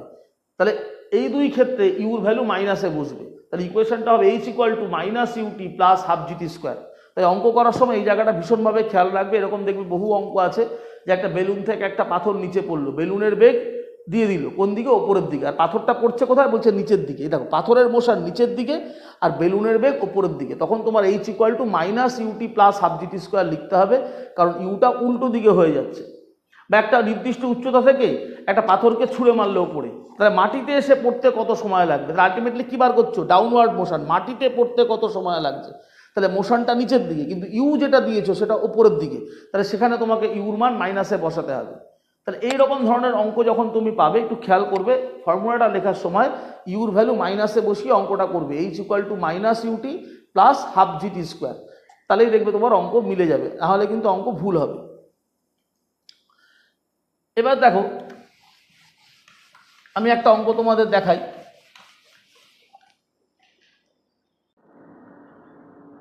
দেখো, একটা অঙ্ক আমি একটু ডিসকাস করে দিচ্ছি। ধরো তোমাকে এরকম একটা অঙ্ক দিল, বলছে আমাদের কাছে 3টে টাওয়ার আছে, 3টে টাওয়ারেরই হাইট এইচ, 3টে টাওয়ারই সমান উচ্চতা। প্রথম টাওয়ারের থেকে একটা বস্তুকে ড্রপ করা হলো, a body dropped from first tower, একটা প্রথম টাওয়ারের শীর্ষবিন্দু থেকে একটা বস্তুকে ড্রপ করা হলো এবং সেই বস্তুটা গ্রাউন্ডে এসে পৌঁছলো টি সময় পরে। নেক্সট বলছে দ্বিতীয় টাওয়ারের সর্বোচ্চ অবস্থান থেকে একটা বস্তুকে নিচের দিকে ছুঁড়ে মারা হলো, thrown downward, a body thrown downward from the top of second tower, from the top of the second tower a body thrown downward with velocity u. তাহলে thrown downward with velocity u, এবং এই বডিটাও গ্রাউন্ডে এসে পৌঁছলো কতক্ষণ বাদে, T1 সময় পরে। এবার হচ্ছে থার্ড টাওয়ার, থার্ড টাওয়ারের টপ পয়েন্ট থেকে আরেকটা বস্তুকে ওপর দিকে ছুঁড়ে মারলো এবং সেই বস্তুটা গিয়ে আবার মাটিতে এসে পড়লো কতক্ষণ বাদে t2 সময় বাদে। যে body thrown upward from the top of the third tower and the body reached the ground after time t2, তাহলে তৃতীয় যে টাওয়ারটা তার সর্বোচ্চ অবস্থান থেকে একদম শীর্ষবিন্দু থেকে একটা বস্তুকে তুমি ওপর দিকে ছুটলে, কত বেগে ছুটলে? ইউ বেগে, এবং সেটা যখন মাটিতে এসে পৌঁছলো কত সময় বাদে পৌঁছলো? t2 সময় বাদে। এখন বলছে তাহলে এই যে তিনটে টাইম t1 t2, বলছে এদের মধ্যে সম্পর্ক নির্ণয় করো। t1 t2, তাহলে তিনটে টাওয়ার একই হাইটের, একটা থেকে আমি একটা বডিকে ড্রপ করলাম, সেটা মাটিতে পৌঁছলো t সময় বাদে। একটা টাওয়ার থেকে একটা বডিকে আমি ডাউনওয়ার্ড থ্রো করেছি উইথ ইউ ভেলোসিটি, সেটা মাটিতে এসে পৌঁছেছে t1 সময় বাদে। আরেকটা বস্তুকে থার্ড টাওয়ার থেকে আমি ওপর দিকে ছুঁড়েছি ইউ ভেলোসিটিতে, সেটা ভূমিতে এসে পৌঁছেছে, গ্রাউন্ড টাচ করেছে আফটার টাইম t2। তাহলে t1 আর t2 এদের মধ্যে রিলেশন। তাহলে দেখো প্রথমে আমি যেটা বললাম, ফার্স্ট যে টাওয়ারটা, ফার্স্ট টাওয়ারের ক্ষেত্রে আমাকে বলছে ড্রপ। এই ড্রপ মানে আমি বলেছি u0 ধরতে হবে, তাহলে আমার u0, তাহলে ও কতক্ষণ বাদে এসে মাটিতে পড়লো? t সময়। তাহলে h = ½ g/t²। ইউটা লিখবই না, কারণ ড্রপ মানে u0, তাহলে h = হলো ½ g/t²। সেকেন্ড টাওয়ার, সেকেন্ড টাওয়ারের ক্ষেত্রে দেখো থ্রো করছো কোন দিকে? নিচের দিকে, আর বডিও নেমেছে কোন দিকে? নিচের দিকে। তাহলে ডিরেকশন অফ মোশন ডাউনওয়ার্ড, আর ওর যে ভেলোসিটি ইউ সেটাও downward, acceleration due to gravity সেটাও ডাউনওয়ার্ড। তাহলে এখানে সবাই নিচের দিকে, ইউ নিচের দিকে, অ্যাক্সেলারেশন ডিউ টু গ্র্যাভিটি নিচের দিকে, আর ওর মোশনটাও কোন দিকে হবে? নিচের দিকে। তাহলে এখানে সবাই প্লাস, সবাই নিচের দিকে, মানে সব প্লাসে। তাহলে h = ut1 + ½ g/t1², টাইমটা t1 ছিল। থার্ড টাওয়ার, এইটা হচ্ছে আসল ইম্পর্টেন্ট। থার্ড টাওয়ারের ক্ষেত্রে দেখো আমি যখন বডিটাকে ছুটছি কোন দিকে? ওপরের দিকে, তাহলে ইউ আছে আপওয়ার্ড, কিন্তু আলটিমেটলি বডিটা কোথায় এসে পড়েছে? গ্রাউন্ডে। তাহলে ও যখন গ্রাউন্ডে হিট করছে, তাহলে আমি যেখান থেকে ওকে ছুড়লাম ওপরের দিকে, তার রেসপেক্টে গ্রাউন্ড কোথায় আছে? নিচে। তাহলে মোশনটা ফাইনালি কোন দিকে হচ্ছে? নিচের দিকে। অ্যাক্সেলারেশন ডিউ টু গ্র্যাভিটি কোন দিকে আছে? নিচের দিকে। কিন্তু ইউটা কোন দিকে আছে? ওপরের দিকে। তাহলে দেখো আমি বলেছিলাম যে যখন তোমার প্রাথমিক বেগ তোমার মোশনের যে ডিরেকশন তার রেসপেক্টে উল্টো দিকে হবে, তাহলে ইউ মাইনাসে হবে। তাহলে এখানে দেখো ওর মোশনটা নিচের দিকে, কিন্তু আমি ওকে যে ইনিশিয়াল ভেলোসিটিটা দিয়েছি ইউ, সেটা কোন দিকে বলছি? থ্রোন আপওয়ার্ড, তাহলে ইউ আছে অপোজিটে, তাহলে এক্ষেত্রে ইউটা মাইনাসে। তাহলে হবে h = -ut2 + ½ g/t2²। এবার আমাকে t1 আর t2-র মধ্যে রিলেশন বার করতে হবে। তো আমরা এবার দেখো 2 নম্বর ইকুয়েশনের বোথ সাইডকে t1 দিয়ে ডিভাইড করব। তাহলে ফ্রম ইকুয়েশন 2 বোথ সাইডকে আমি যদি t1 দিয়ে ডিভাইড করি, তাহলে এটা h/t1 হবে, এখানে u হয়ে গেল, এখানে ½ g/t1 থাকবে। ঠিক একই রকমভাবে দেখো থার্ড ইকুয়েশন, তারও বোথ সাইডকে t2 দিয়ে ডিভাইড করব, তাহলে হবে h/t2 - u + ½ g/t2। এবার এই 4 আর 5কে আমি যদি যোগ করি, তাহলে ইউটা ক্যান্সেল হয়, তাহলে h/t1 h/t2কে যোগ করলে হবে h bracket t1 + t2 t1 + t2, আর এখানে ½ g কমন নিয়ে পাবে t1 + t2। তাহলে দেখো t1 + t2 কেটে গেল, তাহলে h এর ভ্যালু চলে আসলো ½ g/t1 t2। এটা আমার ইকুয়েশন 6। এবার 1 নম্বর ইকুয়েশনও দেখো বাঁদিকে h আছে, ইকুয়েশন 6এও বাঁদিকে h আছে, তাহলে 1 আর 6কে আমি কম্পেয়ার করব। Comparing equation 1 and 6, ½ g/t² = ½ g/t1 t2, তাহলে ½ g ক্যান্সেল, তাহলে t এর ভ্যালু চলে আসলো √t1 t2। আমাকে বলেছিল t1 আর t2-র মধ্যে রিলেশন ফাইন্ড আউট করতে, তাহলে relation between t1 and t2 হবে t = √t1 t2। বোঝা গেল কথাটা? তাহলে এরকম অঙ্ক আমাদের দেবে, তাহলে এইটা আমাদের খেয়াল রাখতে হবে যে ইউটা ডিরেকশন অফ মোশন যেদিকে হচ্ছে, যে মোশনটা নিচের দিকে কিন্তু ইউটা দিচ্ছি ওপরের দিকে, তখন ইউর ভ্যালুটা মাইনাসে বসাতে হয়। এই জায়গাটা তোমাকে ভালো করে মেমোরিতে রাখতে হবে, নাহলে কিন্তু অঙ্কগুলো ভুল হবে। যার জন্য আমি এই অঙ্কের একটা এক্সাম্পল তোমায় দেখিয়ে দিলাম, যেখানে 3টে কেসই আছে, যেখানে u0 আছে, আবার এখানে u ≠ = 0, এখানেও u ≠ = 0, কিন্তু এই ইউটা দেখো নিচের দিকে, তার ফলে ইউটা প্লাসে লিখেছি।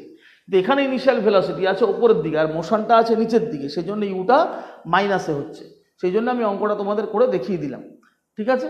তাহলে এইভাবে তোমরা কাজটা করবে, এই ধরনের অঙ্ক। এবার দেখো এখানে লজ অফ ফলিং বডি বলে একটা কোশ্চেন আছে, right down the laws of falling body. তা লজ অফ ফলিং বডি মানে একটা বডিকে তুমি একটা নির্দিষ্ট উচ্চতা থেকে ড্রপ করলে, তাহলে সে কি কি সূত্র মেনে চলে। তাহলে আমাদের এখানে বেসিক্যালি দেখো আমরা কি কি সূত্র পাচ্ছি। একটা পাচ্ছি কি v = u + at। নেক্সট একটা সূত্র পাচ্ছি h = ut + ½ g/t²। আর এটা পাচ্ছি আমরা v² = u² + 2gh। ফলিং বডির ক্ষেত্রে তিনটে হচ্ছে basic equation, v equal to u plus a t, h equal to u t plus half g t square, আর v square equal to u square plus 2gh। একটা body যখন ফল করবে তখন তোমার জি এর ভ্যালু সবসময় প্লাসে হয়। ফলিং বডি মানে নিচের দিকে পড়ছে, নিচের দিকে হলে জি এর ভ্যালু প্লাস।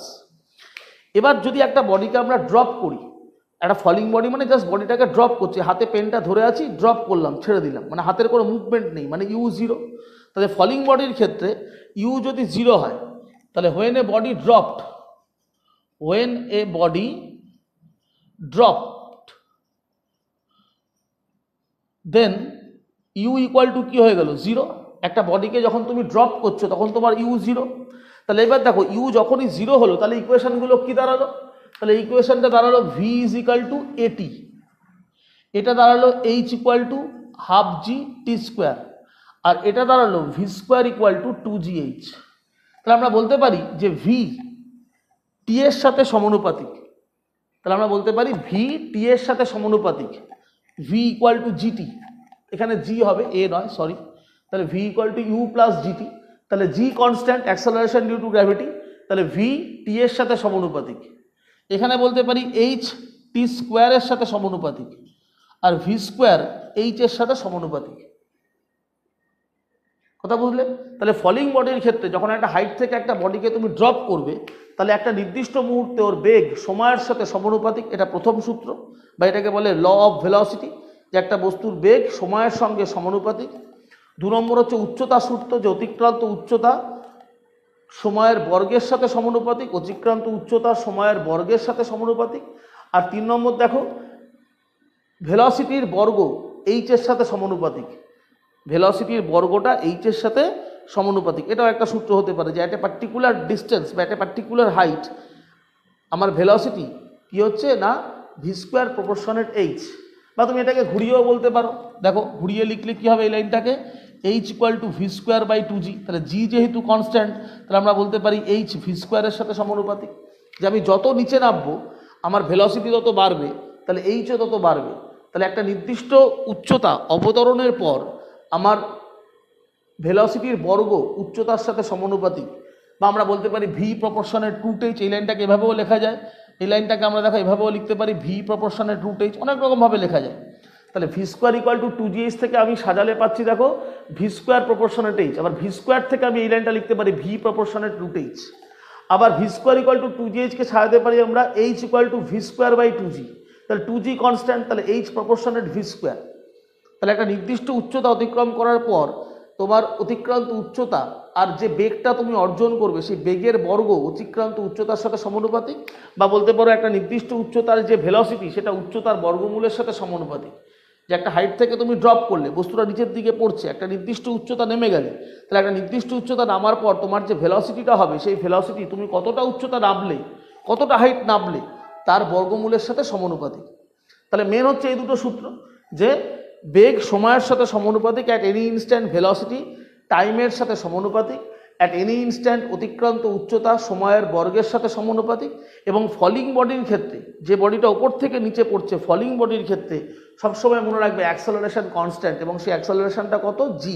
জি মানে অ্যাক্সেলারেশন ডিউ টু গ্র্যাভিটি, অর্থাৎ তার মানে যে কোনো বস্তু একই ত্বরণ নিয়ে নিচে পড়বে। একটা নির্দিষ্ট উচ্চতা থেকে যদি একটা ভারী বস্তুকে ফেলে দাও তারও ত্বরণ কত, জি। তুমি একটা হালকা বস্তু ফেলো তারও ত্বরণ কত হবে, জি। তাহলে যে কোনো ফলিং বডির ক্ষেত্রে অ্যাক্সেলারেশনটা constant, and that is acceleration due to gravity. তাহলে একই উচ্চতা থেকে একটা নির্দিষ্ট মুহূর্তে যদি একটি ভারী বস্তু একটা হালকা বস্তুকে নিচে ফেলে দেওয়া হয় তাহলে দুজনেই একই ত্বরণ নিয়ে নিচে পড়বে, দুজনেরই ত্বরণ জি, আমরা দুজনেই একই সাথে ভূমিতে এসে পৌঁছবে। তাহলে একই উচ্চতা থেকে একটি ভারী একটা হালকা বস্তুকে ফেলে দেওয়া হলে দুটো বস্তু একই সঙ্গে ভূমিতে এসে স্পর্শ করবে, অর্থাৎ টাইম অফ ফলিংটা বা টাইম অফ ডিসেন্ট দুজনের ক্ষেত্রেই সমান হবে। এখানে ভরটা ম্যাটার করে না, কে ভারী কে হালকা, কারণ ত্বরণ দুজনেরই সমান, দুজনেরই ত্বরণ কত, জি।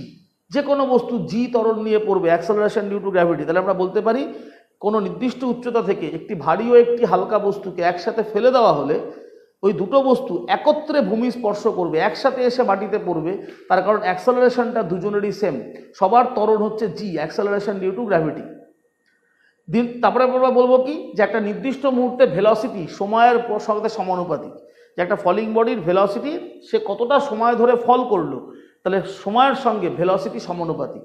আর তারপর আমরা বলবো যে একটা ফলিং বডির ক্ষেত্রে অতিক্রান্ত উচ্চতা কতটা উচ্চতাও নামলো সেটা সময়ের বর্গের সাথে সমানুপাতিক, সময়ের বর্গের সাথে সমানুপাতিক। তাহলে এগুলোকে বলি আমরা লজ অফ ফলিং বডি। তাহলে এটা একটু ভালো করে পড়বে, লজ অফ ফলিং বডি। এটা আমাদের গ্যালিলিও এই লটা আমাদের দিয়েছিল, গ্যালিলিও আমাদের এই লটা দিয়েছিল। তার মানে দেখো একটা জিনিস, এইচ প্রপোর্শনের টি স্কোয়ার। তাহলে আমরা বলতে পারি দেখো, তাহলে 1 সেকেন্ড 2 সেকেন্ড 3 সেকেন্ড সময় তার অতিক্রান্ত উচ্চতা কত হবে? 1 সেকেন্ড মানে 1 স্কোয়ার, 2 সেকেন্ড মানে 4। তাহলে 1 সেকেন্ডে যে উচ্চতা কভার করব সেটা হচ্ছে h1, কত হবে? হাফ জি ইন্টু 1 স্কোয়ার মানে হাফ জি। 2 সেকেন্ডে তোমার অতিক্রান্ত উচ্চতা কত হবে?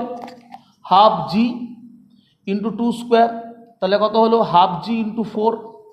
3 সেকেন্ডে তোমার অতিক্রান্ত দূরত্ব কত হবে? তা 3 সেকেন্ড অতিক্রান্ত দূরত্ব হবে হাফ জি ইন্টু 3 স্কোয়ার মানে হাফ জি ইন্টু 9। তাহলে উচ্চতাগুলোর অনুপাত কত হচ্ছে? h1 is to h2 is to h3 ratio করলে হবে দেখো 1:4:9। তার মানে পরেরটা হবে কত? দেখো প্রথমটা এটা কত হচ্ছে, তাহলে ভালো করে ভাঙলে দেখো 1:2 স্কোয়ার ইস টু 3 স্কোয়ার। তার মানে পরেরটা যদি আমি করি 4 সেকেন্ডে সেটা হবে 4 স্কোয়ার, তারপরটা হবে 5 স্কোয়ার। তাহলে 1 second 2 second 3 second 4 second 5 second সময় অতিক্রান্ত উচ্চতার যদি আমাকে অনুপাত বার করতে পারি তাহলে কি করব? 1 square 2 square 3 square 4 square 5 square 6 square এদের অনুপাতে চলবে, এদের অনুপাতে চলবে।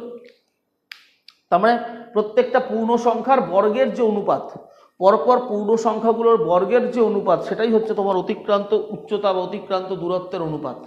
যে কোনো একটি বস্তুকে একটা নির্দিষ্ট উচ্চতা থেকে তুমি যখনই ড্রপ করছো, ফেলে দিচ্ছ, তাহলে প্রথম সেকেন্ডে তার অতিক্রান্ত দূরত্ব হচ্ছে হাফ জি, দ্বিতীয় সেকেন্ডে 2 সেকেন্ডে হচ্ছে হাফ জি ইন্টু 4, 3 সেকেন্ড অতিক্রান্ত দূরত্ব হচ্ছে হাফ জি ইন্টু 9। তাহলে রেশিও করলে 1:2 স্কোয়ার ইস টু 3 স্কোয়ার। তাহলে 4 সেকেন্ডের ক্ষেত্রে সেটা হবে ইস টু 4 স্কোয়ার, 5 সেকেন্ডে হবে ইস টু 5 স্কোয়ার। আবার দেখো যদি আমাকে বলা হয় যে একটা বস্তুকে আমি একটা নির্দিষ্ট উচ্চতা থেকে ড্রপ করলাম, এবার আমায় বলছে টি তম সেকেন্ডে কতটা দূরত্ব যাচ্ছ।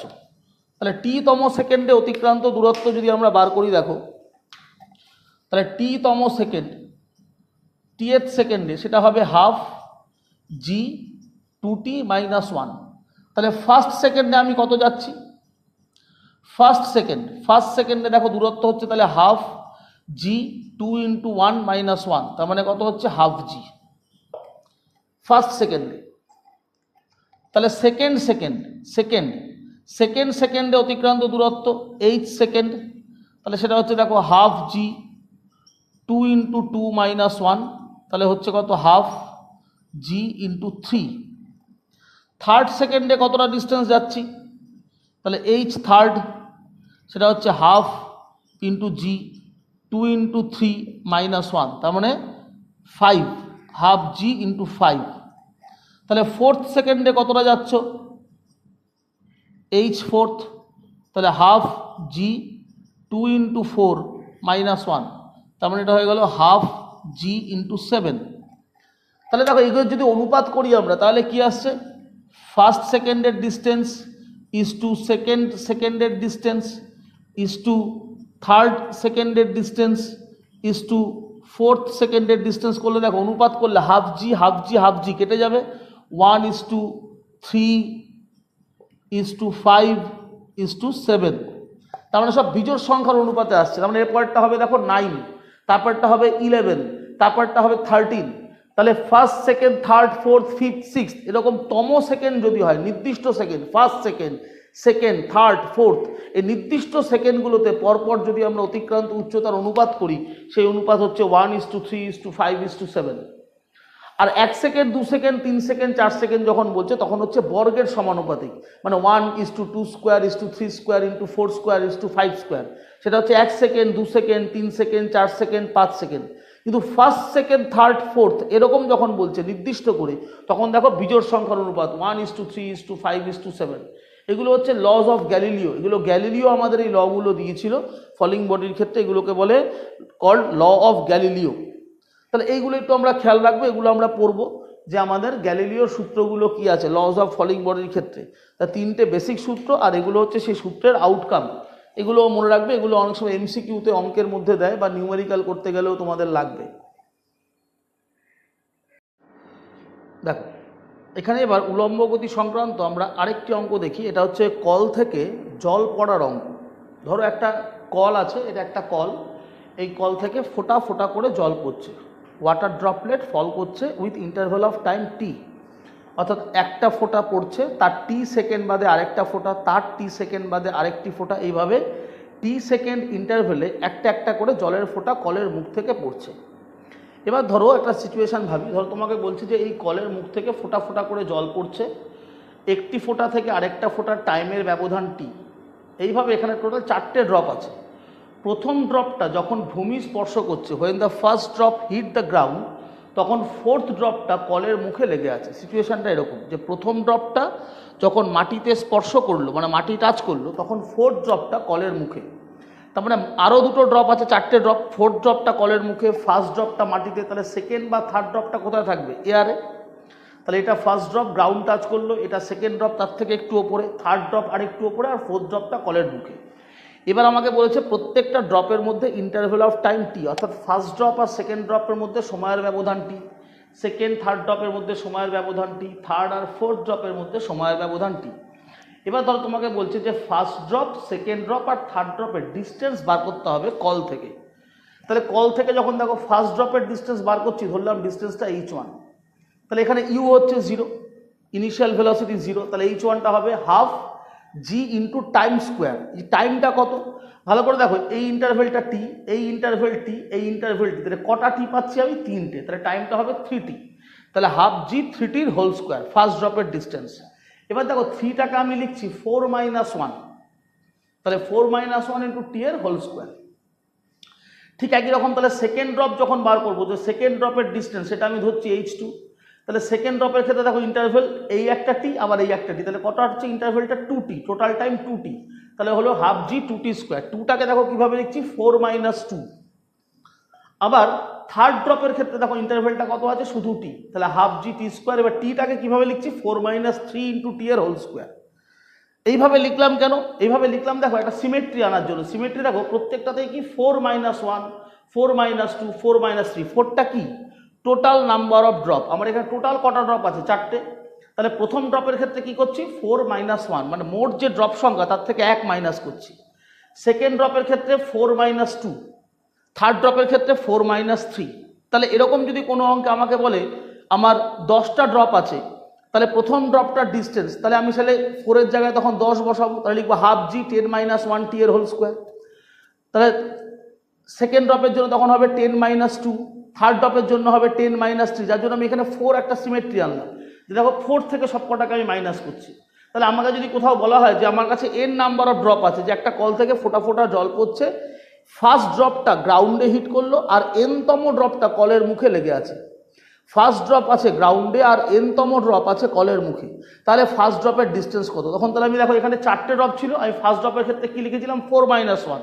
তাহলে যদি এটা n-এর ড্রপ হয়, তাহলে n-এর ড্রপের ক্ষেত্রে আমি তাহলে কি লিখবো? n - 1। তাহলে সেকেন্ড ড্রপটা তাহলে দেখো লিখেছিলাম 4 - 2, 4টে ড্রপের ক্ষেত্রে। তা যদি n সংখ্যক ড্রপ থাকে তাহলে সেটা হয়ে যাবে n - 2। থার্ড ড্রপটা দেখো লিখেছিলাম 4 - 3, যদি এখানে n সংখ্যক ড্রপ হয় তাহলে ওটা হয়ে যাবে n - 3। তাহলে এইভাবে আমি যে কোনো নাম্বার অফ ড্রপের ক্ষেত্রে first drop, second drop, third drop, fourth drop, fifth ড্রপের ডিস্টেন্স বার করতে পারবো। তাহলে এনটা হচ্ছে মোট ড্রপ সংখ্যা। প্রথম ড্রপের জন্য n - 1 করবে, সেকেন্ড ড্রপের জন্য n - 2 হবে, থার্ড ড্রপের জন্য n - 3 হবে।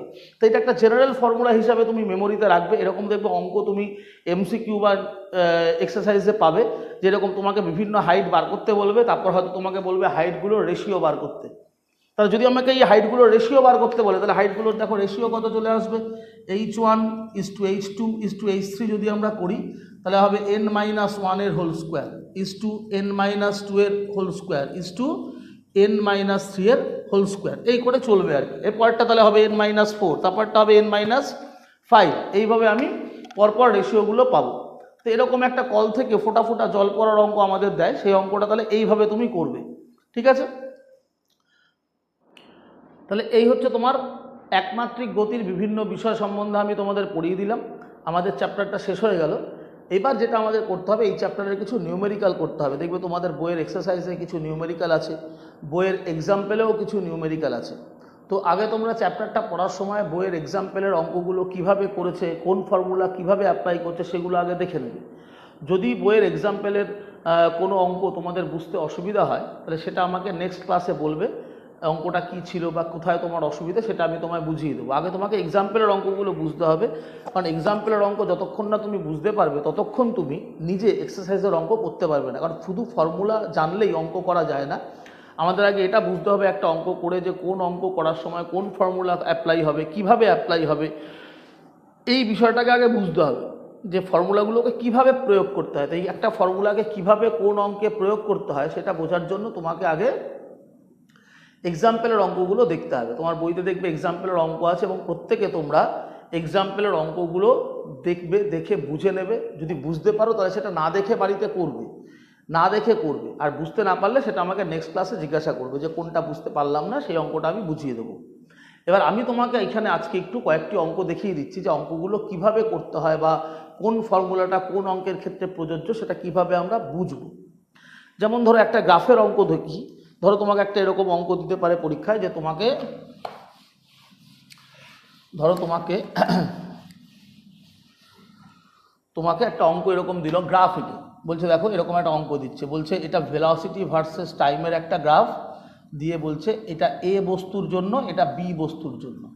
বললো এটা 30 ডিগ্রি অ্যাঙ্গেল আছে, এটা 60 ডিগ্রি অ্যাঙ্গেল আছে, দিয়ে বললো এ আর বি বস্তুর ত্বরণের অনুপাত নির্ণয় করো। এই গ্রাফটা এঁকে দিল, দিয়ে বলল এ এবং বি বস্তু দুইটির ত্বরণের অনুপাত নির্ণয় করো। কোশ্চেনটা লিখে নেবে যে determine ratio of acceleration for a and b, determine ratio of acceleration for a and b. তাহলে আমাকে এই গ্রাফটা এঁকে দিয়েছে, এবার দেখো আমাকে অ্যাক্সেলারেশন বার করতে বলেছে, তাহলে আমাকে গ্রাফের সিগনিফিকেন্স মাথায় রাখতে হবে যে ভেলোসিটি ভার্সেস টাইম। এই গ্রাফটার ক্ষেত্রে অ্যাক্সেলারেশন বেরোয় কী করে? স্লোপ থেকে। স্লোপ মানে ট্যান থিটা। তাহলে এ গ্রাফটা কত অ্যাঙ্গেলে আছে? 30 ডিগ্রি, তাহলে ওর অ্যাক্সেলারেশন হবে ট্যান 30 ডিগ্রি। বি গ্রাফ কত অ্যাঙ্গেলে আছে? 60 ডিগ্রি, তাহলে ওর অ্যাক্সেলারেশন হবে ট্যান 60 ডিগ্রি। তাহলে আমরা এখানে জাস্ট লিখব যে এ বস্তুর ত্বরণ, অ্যাক্সেলারেশন অফ এ বস্তুর ত্বরণ tan A1 is equal two tan 30 degree. Tan 30 মানে 1/√3। বি বস্তুর ত্বরণ তাহলে কত লিখবে? A2, সেটা হচ্ছে আবার স্লোপ মানে ট্যান 60 ডিগ্রি, দ্যাট ইজ √3। তাহলে এবার এ আর বি এই দুটো বস্তুর ত্বরণের অনুপাত চেয়েছে, তাহলে A1 ইজ টু A2 হয়ে গেল 1/√3 ইজ টু √3। তাহলে এবার এটাকে দেখো আমি লিখতে পারি 1:3, 1:3। তাহলে এইভাবে একটা অঙ্ক আমাদের দিতে পারে যে একটা গ্রাফ এঁকে দিল, এঁকে দিয়ে বললো তুমি ত্বরণের অনুপাত নির্ণয় করো। আচ্ছা, নেক্সট এবার অঙ্ক দেখো।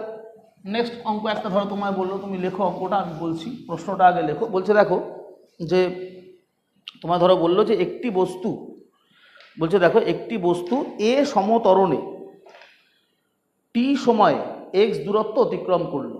একটি বস্তু এ সমতরণে টি সময়ে এক্স দূরত্ব অতিক্রম করলো এবং পরবর্তী টি ড্যাশ সময়ে ওয়াই দূরত্ব অতিক্রম করলো। তাহলে প্রমাণ করো অ্যাক্সেলারেশন এ, এটা হচ্ছে ত্বরণ, প্রমাণ করতে বলছে a is equal to 2 bracket y by t dash minus x by t by t plus t dash, এটা প্রুফ করতে বলছে। তাহলে কোশ্চেনটা আমি আবার বলছি, কি বললাম? একটি বস্তু এ সমতরণে গতিশীল, প্রথমে টি সময়ে এক্স দূরত্ব অতিক্রম করলো, তারপর টি ড্যাশ সময় ওয়াই দূরত্ব অতিক্রম করলো। প্রমাণ করতে হবে ত্বরণ ইজ ইকাল টু এইটা। তাহলে আমি আবার ইংরেজিতে বলি যে a body moving with uniform acceleration a body moving with uniform acceleration a, first t second it cover a distance x. প্রথম টি সেকেন্ডে, first t second it covers a distance x, and then in t dash second it cover a distance y. Prove that a is equal to this. First t second it cover a distance x, and then in t dash second the body cover a distance y. Prove that a equal to this. তাহলে আমাকে দেখো কি বলছে। তো এবার অঙ্কটাকে যেরকম বলছে সেই অনুযায়ী একটা ড্রয়িং করবে। সবসময় একটা অঙ্ক যখন পাবে সেই অঙ্কটাকে কি বলছে তার বক্তব্যটাকে তুমি একটা ড্রয়িংয়ের মধ্যে রিপ্রেজেন্ট করবে। ড্রয়িং করে নিলে তোমার কি হয়, অঙ্কটা করতে সুবিধা হয়। তাহলে আমাকে কি বলেছে দেখো, আমার প্রথম এক্স ডিস্টেন্স ধরো এ থেকে বি, এটা হচ্ছে এক্স ডিস্টেন্স, এটা আমি কতটা টাইমে গেছি, টি টাইমে, এ থেকে বি। নেক্সট ধরো বি থেকে সি, এটা ওয়াই ডিস্টেন্স, এটা আমি গেছি টি ড্যাশ টাইমে। তাহলে টোটাল টাইমটা আমার কত হলো, টি প্লাস টি ড্যাশ। এবার আমাকে কিন্তু এখানে বলেনি যে আমার ইনিশিয়াল ভেলোসিটি 0 ছিল, এ কথা বলেনি। তাহলে যেহেতু আমাকে এ কথা বলেনি যে আমার ইনিশিয়াল ভেলোসিটি 0, তাহলে আমরা ইনিশিয়াল ভেলোসিটি 0 এটা ধরতে পারি না, কারণ বলা নেই the body starts from rest. আমায় বলেছে টি সময় এক্স দূরত্ব গেছে, টি ড্যাশ সময় ওয়াই দূরত্ব গেছে। তাহলে আমি এখানে ধরে নিচ্ছি যে ইনিশিয়াল ভেলোসিটি ইউ, আর এটা বলে দিয়েছে ও মুভ করছে উইথ অ্যাক্সেলারেশন, ওর অ্যাক্সেলারেশন কত আছে, এ। তাহলে এ ত্বরণেও গতিশীল আছে। তাহলে আমি ধরলাম প্রাথমিক বেগ ইউ। তাহলে প্রথমে দেখো এ থেকে বি এর কথা আগে ভাবো, ফ্রম এ টু বি। তাহলে এ থেকে বিতে তোমার ডিস্টেন্স কত, এক্স, তোমার ইনিশিয়াল ভেলোসিটি ইউ, তোমার অ্যাক্সেলারেশন কত, এ, আর টাইম কত, টি। তাহলে তুমি দেখো লিখতে পারো x is equal to u t plus half a t square. এবার আমাকে যেটা প্রুভ করতে দিয়েছে সেখানে দেখো এক্স এর নিচে টি আছে, সেই জন্য আমি কি করছি, এই বোথ সাইডকে টি দিয়ে ডিভাইড করে দেবো। যেটা আমাকে প্রুভ করতে দিয়েছে তাতে এক্স এর নিচে টি আছে, তাই বোথ সাইডকে আমি টি দিয়ে ডিভাইড করে দিচ্ছি। X by t is equal to u plus half a t, এটা একটা ইকুয়েশন। এবার আমি পুরো ডিস্টেন্সটা ভাবি, এ থেকে C, from a to C. A to c এর ক্ষেত্রে দেখো ইনিশিয়াল ভেলোসিটি ইউ, তোমার টোটাল ডিস্টেন্স কত আছে, এক্স প্লাস ওয়াই, আর টোটাল টাইম কত আছে, টি প্লাস টি ড্যাশ। তাহলে আমি কি লিখবো, total distance x plus y, initial velocity u, total টাইমটা t plus t dash, plus half a t plus t ড্যাশের হোল স্কোয়ার। এবার এটাকে একটু যদি সিম্পলিফাই করো, দেখো x plus y is equal to u t plus u t dash plus half a, এটাকে whole স্কোয়ারের ফর্মে ভেঙে দিলে a square plus half a দিয়ে মাল্টিপ্লাই করে দেবো একবারে, তাহলে a t into t dash plus half a t dash square. এবার দেখো এই যে ইউটি আর এই যে হাফ এ টি স্কোয়ার, এই দুটো যে যোগ করা আছে, UT plus half a t square, দেখো এটা মানে x, UT plus half a t square মানে এক্স। তাহলে আমি লিখতে পারি এক্স প্লাস ওয়াই, এই ইউটি প্লাস হাফ এ টি স্কোয়ারকে এক্স দিয়ে রিপ্লেস করি, আর এখানে U T dash plus A t into t dash plus half a টি ড্যাশের স্কোয়ার। তাহলে এখান থেকে এক্সটা কেটে গেল, তাহলে ওয়াই ইজ ইকাল টু হয়ে গেল দেখো U T dash plus A t into t dash plus half a t dash square. এবার এখানে দেখো যেটা প্রুফ করতে দিয়েছে সেখানে ওয়াই বাই টি ড্যাশ আছে, ওয়াই এর নিচে একটা টি ড্যাশ আছে, সেই জন্য আমিও এই ইকুয়েশনটার বোথ সাইডকে টি ড্যাশ দিয়ে ডিভাইড করে দেবো। তাহলে টি ড্যাশ দিয়ে ডিভাইড করলে এটা হয়ে গেল ওয়াই বাই টি ড্যাশ, এটা হয়ে গেল ইউ, এটা হয়ে গেল এ টি, আর এটা হয়ে গেল হাফ এ টি ড্যাশ। এটা তোমার ইকুয়েশন নাম্বার 2। এবার এখানে দেখো ওয়াই বাই টি ড্যাশ থেকে মাইনাস আছে এক্স বাই টি, তাহলে আমি 2 আর 1কে মাইনাস করি, তাহলে ইকুয়েশন 2 মাইনাস 1 করো, তাহলে দেখো এসে গেল y by t dash minus x by t. এবার 2 আর 1 যখন মাইনাস করবে ইউটা ক্যান্সেল হয়ে যাবে, ইউ ক্যান্সেল হয়ে গেল। এবার এখানে এটি থেকে এখানে হাফ এটি মাইনাস করলে হয়ে যাবে হাফ এটি, আর এখানে থাকছে আবার দেখো plus half a t dash. তাহলে আমি রাইট হ্যান্ড সাইড থেকে হাফ এটা কমন নিতে পারি, তাহলে হয়ে গেল টি প্লাস টি ড্যাশ। এবার দেখো তোমার এ বেরিয়ে গেল, তাহলে এ হয়ে গেল কত, y by t dash plus x by t divided by 2 bracket t plus t dash bracket close. এটা প্রুভ হয়ে গেল, এটাই তোমায় প্রুভ করতে বলেছে, এটাই তোমাকে প্রুভ করতে বলেছে। Y by t dash minus x by t, এটাকে ডিভাইড করে দাও এ টি প্লাস টি ড্যাশ দিয়ে, আর এই 2টা উপরে চলে যাবে, এই 2টা মাল্টিপ্লাই হয়ে উপরে চলে আসবে, তাহলে 2 y by t dash minus x by t, নিচে থাকবে t plus t dash. Simple, বুঝতে পারলে? ঠিক এইভাবে তোমাকে অঙ্কগুলো করতে হবে। আগে প্রবলেমটাকে এরকম একটা ছবির মধ্যে সাজিয়ে নেবে, এবার তুমি দেখবে তোমার ডিস্টেন্স আছে, ভেলোসিটি কি কি দেওয়া আছে, এবার যেগুলো দেওয়া আছে সেগুলোর সাথে রিলেটেড কি ফর্মুলা আছে সেই ফর্মুলাটা তুমি অ্যাপ্লাই করবে। কথা বোঝা গেল? আচ্ছা, এরপরে ধরো আরেকটি অঙ্কের কথা আমরা ভাবি।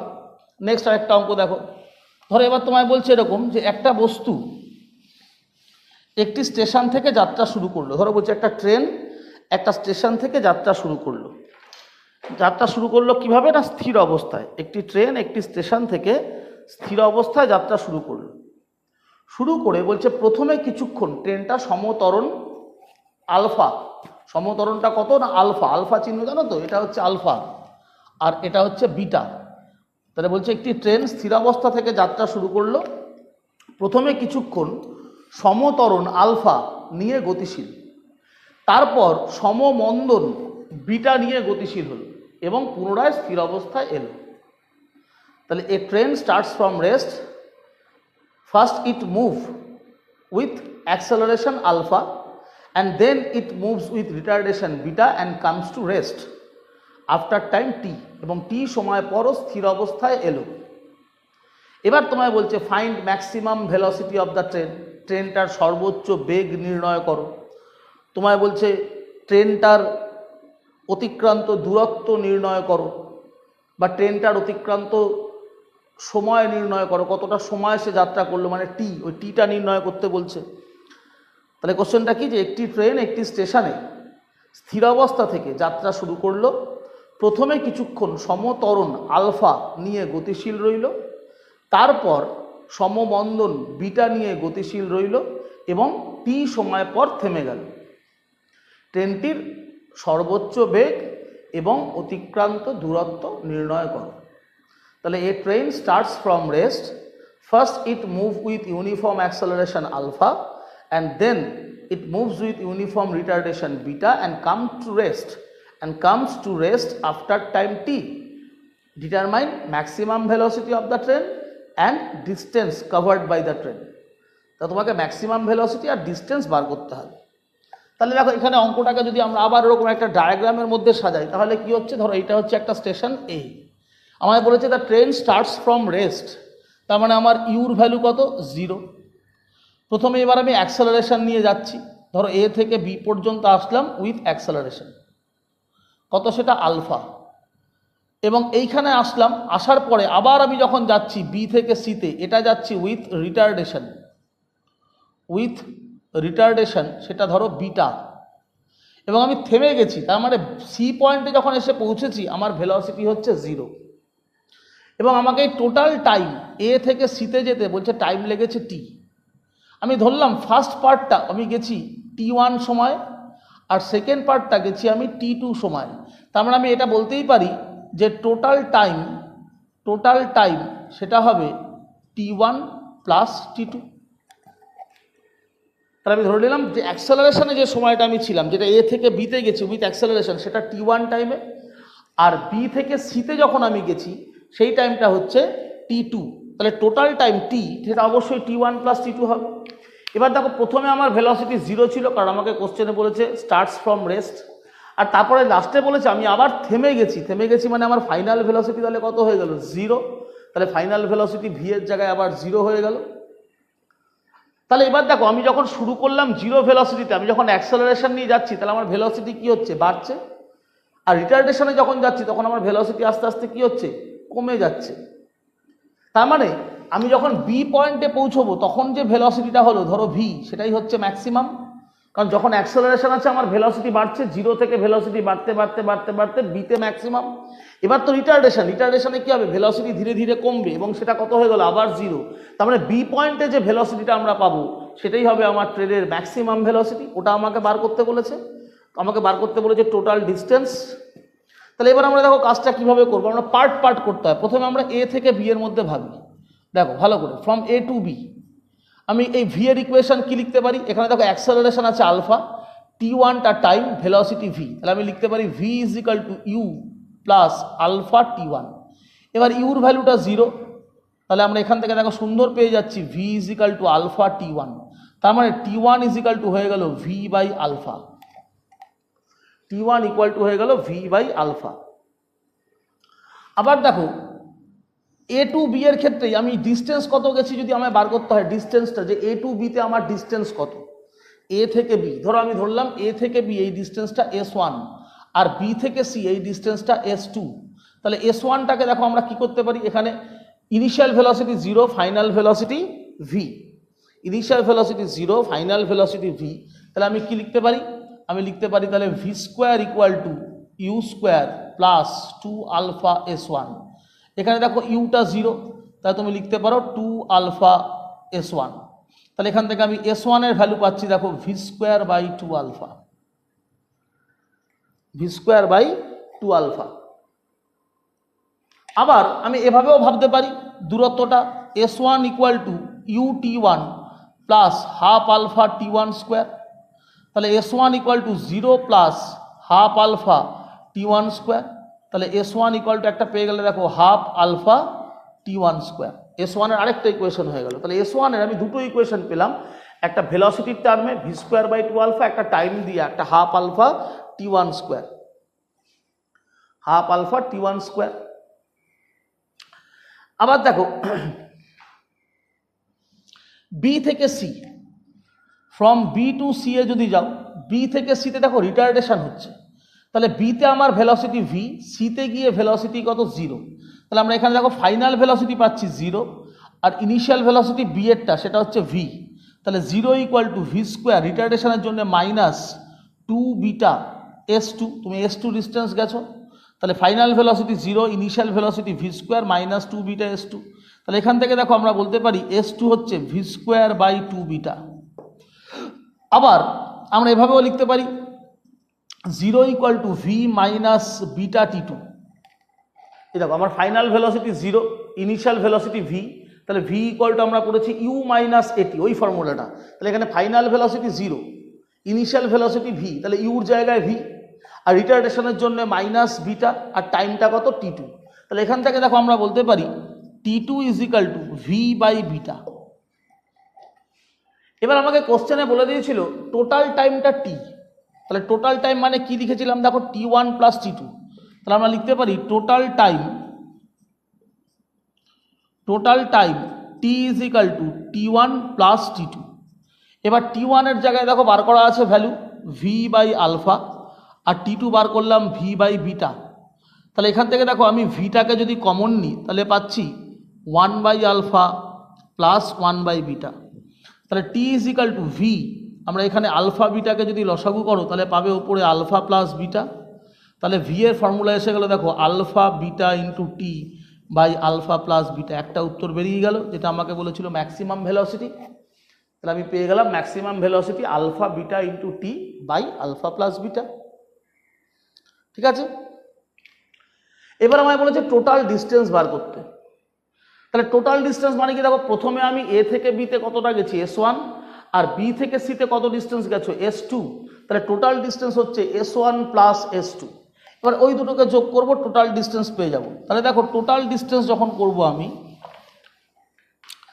Total distance S is equal to S1 plus S2। S1 এর value v square by two alpha, S2 value বার করা ছিল v square by two beta. S1 এর ভ্যালু বার করা ছিল v square by two alpha, S2 value ছিল v square by two beta. তাহলে এখানে ভি স্কোয়ার বাই টুটা কমন নাও, তাহলে 1 by alpha plus 1 by beta হয়ে গেল ভি স্কোয়ার বাই আলফা। এইবার এইখানে তুমি একটা কাজ করো, হাফ ভি এর জায়গায় ভি এর যে মানটা প্রমাণ করলাম সেই মানটা আমরা বসিয়ে দেবো। ভি এর মানটা আমরা কত পেয়েছি প্রুফ করে, আলফা বিটা টি, তাহলে স্কোয়ার আছে তো, তাহলে alpha square beta square t square by alpha plus বিটার হোল স্কোয়ার। আর এই ব্র্যাকেটটাকে ক্যালকুলেশন করলে উপরে হবে আলফা প্লাস বিটা, আর নিচে লসাগু হবে আলফা বিটা। তাহলে দেখো এখানে আলফা স্কোয়ার বিটা স্কোয়ারের সাথে আলফা বিটা কেটে গিয়ে উপরে একটা আলফা বিটা থাকছে, টি স্কোয়ার থাকছে, আলফা প্লাস বিটা, নিচে আলফা প্লাস বিটা কেটে গিয়ে খালি থাকলো আলফা প্লাস বিটা। তাহলে এই হলো তোমার এস, এটা হয়ে গেল তোমার দূরত্ব alpha beta t square by two alpha plus beta. Just v এর জায়গায় ভি এর মানটা বসালাম। এই সমীকরণটাকে আমরা একটু মডিফাই করে অন্য একটা ফর্মেও লিখতে পারি। সেই ফর্মটা কীরকম দেখো, এখান থেকে যদি আমি টি স্কোয়ারকে ফাইন্ড আউট করি, টি স্কোয়ার তাহলে সেটা কত হচ্ছে 2 alpha plus beta into s by alpha plus beta. তাহলে এটাকে দেখো আমি এভাবে লিখতে পারি 2s alpha plus beta by alpha beta. তাহলে এবার দেখো এটাকে লেখা যাচ্ছে 2s 1 by beta plus 1 by alpha. তাহলে এটা হয়ে গেল t is equal to root over 2s 1 by alpha plus 1 by beta. তো এই ফর্মেও আমরা কিন্তু একটা ইকুয়েশন পেতে পারি যে টোটাল টাইম টি আর টোটাল ডিস্টেন্স এস, তার মধ্যে একটা সম্পর্ক t equal to root over 2s bracket 1/α plus 1/β। হয়তো পরীক্ষায় তোমাকে এই কোশ্চেনটা দিল, দিয়ে বললো এটা প্রুফ করো, তখন তোমাকে এই লাইনটা এনে দিতে হবে। আর যদি তোমাকে বলে টোটাল ডিস্টেন্স আর ম্যাক্সিমাম ভেলোসিটি বার করো, তাহলে এখানেই শেষ করে দেবে, এটাই তোমার টোটাল ডিস্টেন্সের উত্তর। কিন্তু অনেক সময় ওরা কায়দা করে পরীক্ষায়, ওরা এই অঙ্কটা দিল, দিয়ে বললো তুমি এইটা প্রুফ করে দাও যে টি equal to root over 2s bracket 1/α plus 1/β। তখন তুমি এইখান থেকে এই 3টে লাইন করে এখানে চলে আসবে, t equal to root over 2s bracket 1/α plus 1/β। ঠিক আছে, তাহলে এইটা আরেকটা অঙ্ক হলো। এবার দেখো আরেকটি অঙ্ক আমি দেখাচ্ছি। ধরো আগের অঙ্কটা যেরকম দেখালাম এটা অনেকটা সেরকম, কিন্তু একটু চেঞ্জ করে দিল। কীরকম? তোমায় বললো যে একটি ট্রেন স্থিরাবস্থা থেকে যাত্রা শুরু করলো। দেখো আমি আরেকটি অঙ্ক তোমাদের দেখাচ্ছি, আগের অঙ্কটার মতন অনেকটাই, কিন্তু একটু আলাদা। যেমন তোমার ধরো বললো যে একটি ট্রেন স্থির অবস্থা থেকে যাত্রা শুরু করলো, তারপর প্রথমে কিছুক্ষণ ট্রেনটা সমত্বরণ আলফা নিয়ে গতিশীল রইল, তারপর কিছু সময় সমবেগে গতিশীল রইল এবং তারপর সমমন্দন বিটা নিয়ে ট্রেনটি পুনরায় স্থির অবস্থায় আসলো।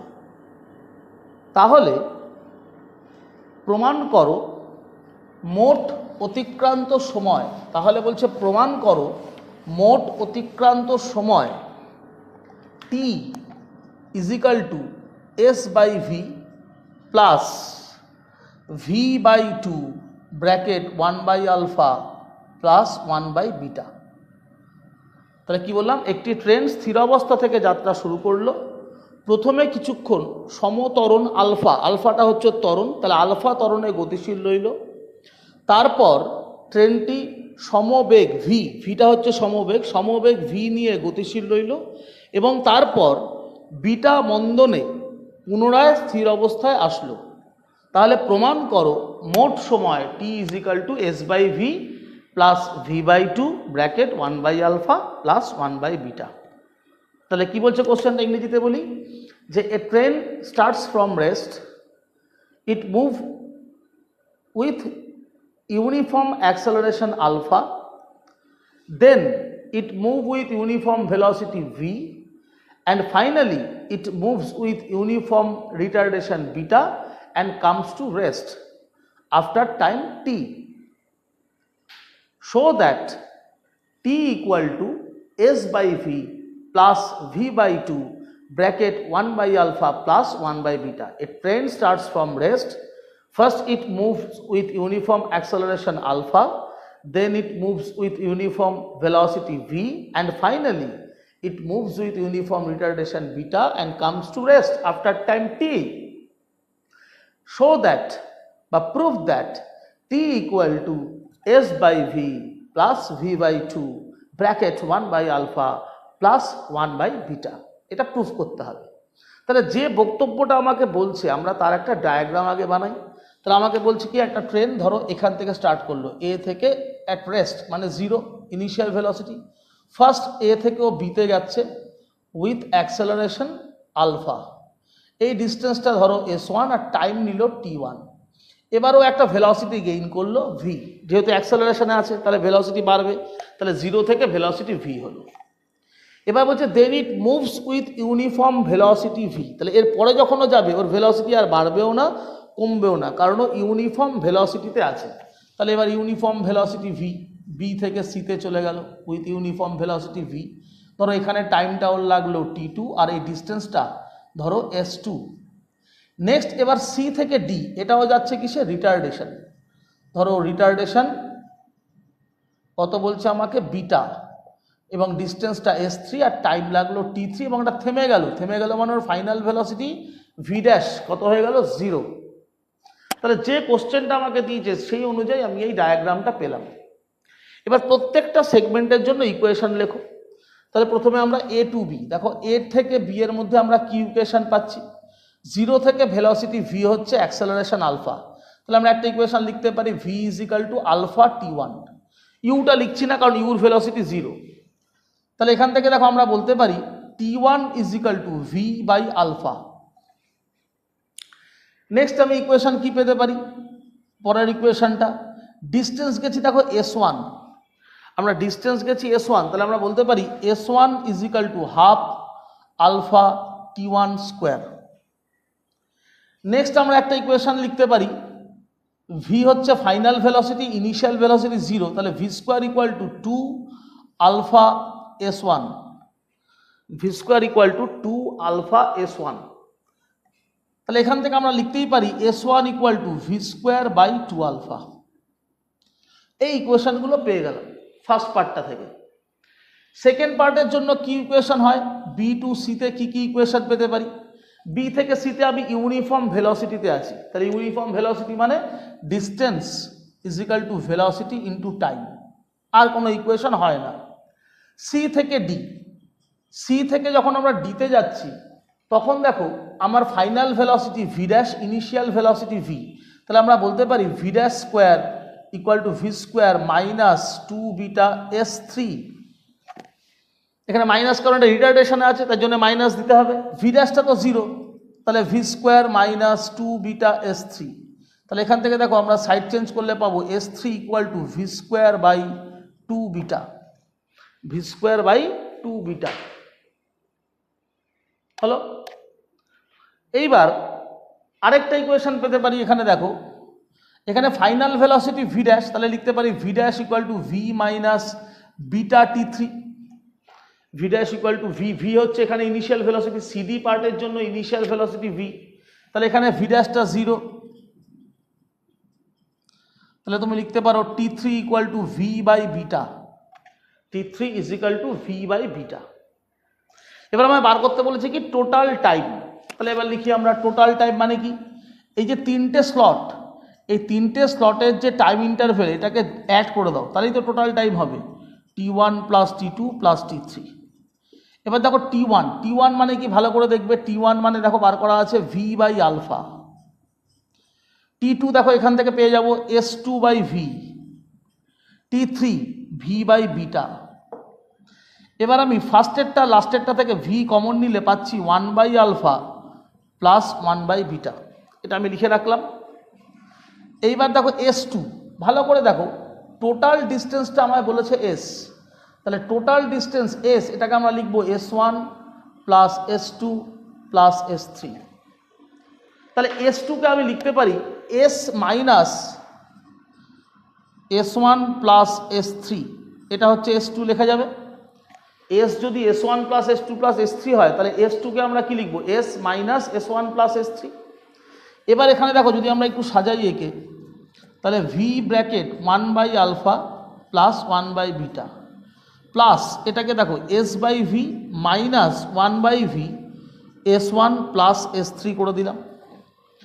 এবার দেখো এখানে v bracket 1 by alpha plus 1 by beta plus S by v minus 1 by v, এবার S1 প্লাস S3, দেখো এই যে S1 বার করেছিলাম ভি স্কোয়ার বাই 2 আলফা, আবার S3 দেখো আছে ভি স্কোয়ার বাই 2 বিটা, তাহলে v square by 2 alpha plus v square by 2 beta, তাহলে আমি ভি স্কোয়ার বাই 2টাকে তো কমন নিতে পারবো, তাহলে ভি স্কোয়ার বাই 2টাকে কমন নিয়ে আমি কি পাচ্ছি 1 by alpha plus 1 by beta. তাহলে আমার এখানে দেখো এই ভি একটা কেটে গিয়ে হয়ে গেল ওটা ভি বাই 2, তাহলে আমার লাইনটা কি চলে আসলো t equal to v bracket 1 by alpha plus 1 by beta as it is থাকলো, এস বাই ভি রইল, আর এখানে হয়ে গেল v by 2 1 by alpha plus 1 by beta. এইবার আমি এখানে করি দেখো, তাহলে টি ইজ ইকাল টু আমরা কি পাচ্ছি, আমি এস বাই ভিটাকে সবার আগে লিখছি। এইবার এখানে দেখো v bracket 1 by alpha plus 1 by beta, এখানে v by 2 1 by alpha plus 1 by beta, তাহলে আমি 1 বাই আলফা প্লাস 1 বাই বিটাকে কমন নিতে পারি। এই 1 by alpha plus 1 by beta যদি কমন নাও তাহলে থাকবে ভি মাইনাস ভি বাই 2, তাহলে কি হলো ভি মাইনাস ভি বাই 2, আমি 1 বাই আলফা প্লাস 1 বাই বিটাকে কমন নিয়ে নিলাম, তাহলে টি ইজ ইকাল টু হয়ে গেল s by v plus v by 2 1 by alpha plus 1 by beta. দেখো এটাই তোমাকে প্রুফ করতে বলেছিল, t equal to s by v plus v by 2 bracket 1 by alpha plus 1 by beta. তাহলে এইভাবে আমরা অঙ্কগুলোকে করব। তাহলে প্রত্যেকটা সেগমেন্ট আমাকে কোশ্চেনে কি বলছে সেই অনুযায়ী তুমি আগে একটা ডায়াগ্রাম এঁকে নেবে। অ্যাকর্ডিং টু দ্য ডায়াগ্রাম তুমি প্রত্যেকটা পার্টের জন্য আলাদা আলাদা করে আগে ইকুয়েশনগুলো লিখবে। এবার তোমাকে যেটা প্রুফ করতে বলবে বা যেটা বার করতে বলবে সেই ইকুয়েশনগুলোকে সলভ করে তোমাকে সেটা ক্যালকুলেট করে দিতে হবে। নেক্সট দেখো আরেক ধরনের অঙ্ক হয়, এটা হচ্ছে আমরা বলি এটাকে চোর পুলিশের অঙ্ক। চোর পুলিশের অঙ্ক বা ধরো কোনো একটা লোক একটা রানিং ট্রেন ধরবে তার অঙ্ক। দেখো এখানে কি বলতে চাইছে যে ধরো তুমি অঙ্কটা কি বলছে দেখো, ধরো তুমি একটা স্টেশনে একটা ট্রেন দাঁড়িয়ে আছে, ধরো একটা ট্রেন একটা স্টেশনে দাঁড়িয়ে আছে। দেখো বলছে ধরো এটা একটা ট্রেন, এই একটা ট্রেন টি ফর ট্রেন, ট্রেনটা স্টেশনে দাঁড়িয়ে আছে মানে ওর ভেলোসিটি 0। আর তুমি ট্রেন থেকে খানিকটা পিছনে আছো। কোথায় আছো? তুমি ধরো ট্রেন থেকে আছো এইখানে পি পয়েন্টে, এই ডিস্টেন্সটা ডি। যে পি পয়েন্টে তুমি দাঁড়িয়ে আছো আর ট্রেনটা দাঁড়িয়ে আছে স্টেশনে, তাহলে ট্রেনের ভেলোসিটি ইউ। এবার তুমি ট্রেনটা ধরবে, তুমি ট্রেনটাকে ধরার জন্য একটা ইউনিফর্ম ভেলোসিটিতে মুভ করছো ভি। ভিটা হচ্ছে তোমার ইউনিফর্ম ভেলোসিটি, যে তোমার উদ্দেশ্য হচ্ছে তুমি ট্রেনকে ধরবে। তা ট্রেনটা ধরবে বলে তুমি সমবেগে ছুটতে শুরু করলে, ইউনিফর্ম ভেলোসিটি ভি নিয়ে তুমি ছুটছো, ট্রেনটাকে ধরবে। ট্রেন থেকে তোমার ডিস্টেন্স জি। তুমি যখনই ছুটতে শুরু করলে উইথ ইউনিফর্ম ভেলোসিটি, ট্রেনটা ছেড়ে দিল প্ল্যাটফর্ম থেকে। ট্রেনটা ছেড়ে দিল প্ল্যাটফর্ম থেকে, ট্রেনের ইনিশিয়াল ভেলোসিটি 0 এবং ট্রেনটা গতিশীল হলো উইথ অ্যাক্সেলারেশন এ। ট্রেনটা প্ল্যাটফর্ম থেকে ছাড়লো উইথ অ্যাক্সেলারেশন এ। এবার তুমি ট্রেনটাকে ধরছো, তাহলে বলছে কি শর্তে তুমি ট্রেনটাকে ধরতে পারবে, কি শর্তে। তাহলে বুঝতে পারলে, তুমি ধরো সোদপুর স্টেশনে দাঁড়িয়ে আছো, তুমি ধরো সোদপুর স্টেশনে একটা ট্রেন দাঁড়িয়ে আছে, তুমি স্টেশন থেকে ডি দূরত্বে আছো, অর্থাৎ সোদপুর স্টেশনে একটা ট্রেন দাঁড়িয়ে আছে, তুমি সোদপুর স্টেশন থেকে বেশ খানিকটা পেছনে আছো। এবার ট্রেনটা ধরবে বলে তুমি ছোটা শুরু করলে উইথ ভেলোসিটি ভি, ছুটছো। যেই তুমি ছুটতে শুরু করলে আর ট্রেনটাও ছেড়ে দিল। এবার ট্রেনটা ছাড়লো উইথ অ্যাক্সেলারেশনে, এবার তোমাকে রানিং ট্রেনটা ধরতে হবে। তাহলে কি শর্তে তুমি ট্রেনটাকে ধরতে পারবে। তাহলে এরকম ধরনের অঙ্কে আমরা ধরে নেব যে আমরা ট্রেনটাকে টি সময় পরে ধরব। ধরে নিচ্ছি আমি যে লোকটা দৌড়চ্ছিল সেই লোকটা ট্রেনটাকে ধরবে, রানিং ট্রেনটাকে, কিন্তু কতক্ষণ বাদে, টি সময় বাদে। তাহলে লেখো যে let the person able to catch the train after time t. Able to catch the train after time t, ট্রেনটাকে ধরবে টি সময় পরে। তাহলে এই যে টি সময়, ধরি লোকটি টি সময় বাদে ট্রেনটিকে ধরতে সক্ষম হবে। তাহলে টি সময় বাদে, তার টি সময় তো ট্রেন খানিকটা এগিয়ে যাবে। তাহলে প্রথমে বার করো তাহলে ট্রেনের দূরত্ব। তাহলে টি সময় ট্রেন ধরো টিতে ছিল, ও এগিয়ে চলে আসলো টি ড্যাশ পজিশনে। তাহলে কতটা এগোলো, সাপোজ এস। তাহলে distance covered by the train, তাহলে ডিস্টেন্স কভার্ড বাই ট্রেন, তাহলে ট্রেন কতটা ডিস্টেন্স চলে গেল, এস, সেটা হবে হাফ এ টি স্কোয়ার। ইউটা লিখবে না, কারণ ইউ দেখো ট্রেনের 0 ছিল। তাহলে ডিস্টেন্স গেল কতটা, ট্রেনটা ইউ 0, তাই হাফ এ টি স্কোয়ার। এবার বলছি কি তুমি ট্রেনটাকে ধরবে, মাইন্ড ইট, তুমি ট্রেনকে ধরবে। তুমি তো ডি ডিস্টেন্স পেছনে ছিলে, তা তোমাকে যদি ট্রেনটাকে ধরতে হয় টি সময় পরে, তাহলে তোমাকে এইখান থেকে কতটা আসতে হবে, টি ড্যাশ পর্যন্ত, তবেই তো তুমি ট্রেনকে ধরতে পারবে। তা তোমার ডিস্টেন্সটা কত হবে, ডি প্লাস এস। তোমার ডিস্টেন্স হবে ডি প্লাস এস, এই ডিস্টেন্সটা তোমার যেতে হবে। তা distance covered by the person, তাহলে লোকটা কত দূরত্ব গেল, তাহলে distance covered by the person, সেটা হবে ডি প্লাস এস। এবার লোকটা কিসে যাচ্ছে দেখো, ইউনিফর্ম ভেলোসিটিতে। তাহলে ইউনিফর্ম ভেলোসিটি যখন কোনো বস্তু যাবে তার ডিস্টেন্স হবে ভেলোসিটি ইন্টু টাইম। তা লোকটা যেহেতু ইউনিফর্ম ভেলোসিটিতে আছে, তাহলে ওর ডিস্টেন্স হবে ভিটি। তাহলে ডি প্লাস এস, এই যে ডিস্টেন্সটা কভার করবে সেটা হবে ভেলোসিটি ইন্টু টাইম। এইবার আমাকে বলেছে কি শর্তে আমি ট্রেনটাকে ধরতে পারবো। তাহলে আমরা এবার এখানে দেখো ডি প্লাস এস, এস এর জায়গায় এস এর মানটা বসিয়ে দিই। Half a t square is equal two ভিটি, 2 দিয়ে মাল্টিপ্লাই করো তাহলে হবে এটি স্কোয়ার 2vt। তাহলে দেখো ভালো করে, এটা একটা দ্বিঘাত সমীকরণ চলে এসছে টাইমের। এবার দ্বিঘাত সমীকরণ সলভ করার জন্য শ্রীধরাচার্যের ফর্মুলা আমাদের ব্যবহার করতে হয়। তাহলে আমরা যদি শ্রীধরাচার্যের ফর্মুলা লিখি তাহলে কি লিখব, t equal to minus b, সূত্র নিশ্চয়ই জানো, plus minus root over b square 4ac। এই হচ্ছে শ্রীধরাচার্য অনুযায়ী টি এর ভ্যালু। এবার এই যে টি, এটা তো প্লাস মাইনাস আছে, তাহলে টি এর ভ্যালু প্লাসও আসতে পারে মাইনাসও আসতে পারে, কিন্তু আমি তোমাদের দেখো বারবারই বলেছি সময় কখনো ঋণাত্মক হয় না। এবার এই শ্রীধরাচার্যের ফর্মুলা দিয়ে যখন আমরা কোনো কোয়াড্রেটিক ইকুয়েশন সলভ করি, তাহলে এই যে টি এর ভ্যালু এটা অনেক রকম হতে পারে। এটা ইমাজিনারি হতে পারে, কাল্পনিক একটা মান আসতে পারে টি এর মান বাস্তব হতে পারে, রিয়েল ভ্যালু। কিন্তু মনে রাখবে, আমি যখন একটা ট্রেনকে ধরছি আফটার টাইম টি, তাহলে টি শুড বি রিয়েল। টি কখনো ইমাজিনারি হলে তো আমি ধরতে পারবো না, কারণ ফিজিক্সে আমার এটা প্র্যাকটিক্যাল প্রবলেম। একটা প্র্যাকটিক্যালি আমি ট্রেনকে ধরবো, তাহলে ইমাজিনারি নাম্বার যদি আসে টি এর, তাহলে সেটা প্র্যাকটিক্যালি পসিবল নয়। তাহলে যেহেতু আমাকে ট্রেনটাকে ধরতে হবে, তাহলে টি এর ভ্যালুটা অবশ্যই কী হতে হবে, রিয়েল ভ্যালু। তাহলে টি এর ভ্যালু রিয়েল কখন হবে, কোন কন্ডিশনে হবে, সেটা হচ্ছে এই রুটের ভেতরে যে জিনিসটা থাকে এটাকে বলি আমরা ডিসক্রিমিনেন্ট, মানে নিরূপক। তাহলে টি এর মান যদি রিয়েল হতে হয়, তাহলে নিরূপক ডিসক্রিমিনেন্টটা হতে হবে গ্রেটার দ্যান ইকুয়াল টু 0। তাহলে to find the condition when the person able to catch the train, যে কখন লোকটা ট্রেনটাকে ধরবে, তার শর্ত হচ্ছে তাহলে কি, যে টি হতে হবে রিয়েল, তাহলে টি এর মান হতে হবে বাস্তব। তাহলে ফর রিয়েল ভ্যালু অফ টি, টি এর ভ্যালু চাই বাস্তব, তাহলে কী হবে, ডিসক্রিমিনেন্ট মানে নিরূপক 4v স্কোয়ার 8ad, এটা হতে হবে গ্রেটার দ্যান ইকুয়াল টু 0। তাহলে সাইড চেঞ্জ করো, তাহলে v square greater than equal to 2ad, তাহলে v greater than equal to root over of 2ad। তাহলে ভেলোসিটিটা যে তুমি দৌড়চ্ছিলে ইউনিফর্ম ভেলোসিটিতে, তোমার velocity greater than equal to root over 2ad যদি হয়, তাহলেই তুমি ট্রেনকে ধরতে সক্ষম হবে, আদারওয়াইজ তুমি ট্রেনটাকে ধরতে পারবে না। তাহলে এটা হচ্ছে তোমার শর্ত, যে কি শর্তে আমি ট্রেনকে ধরবো।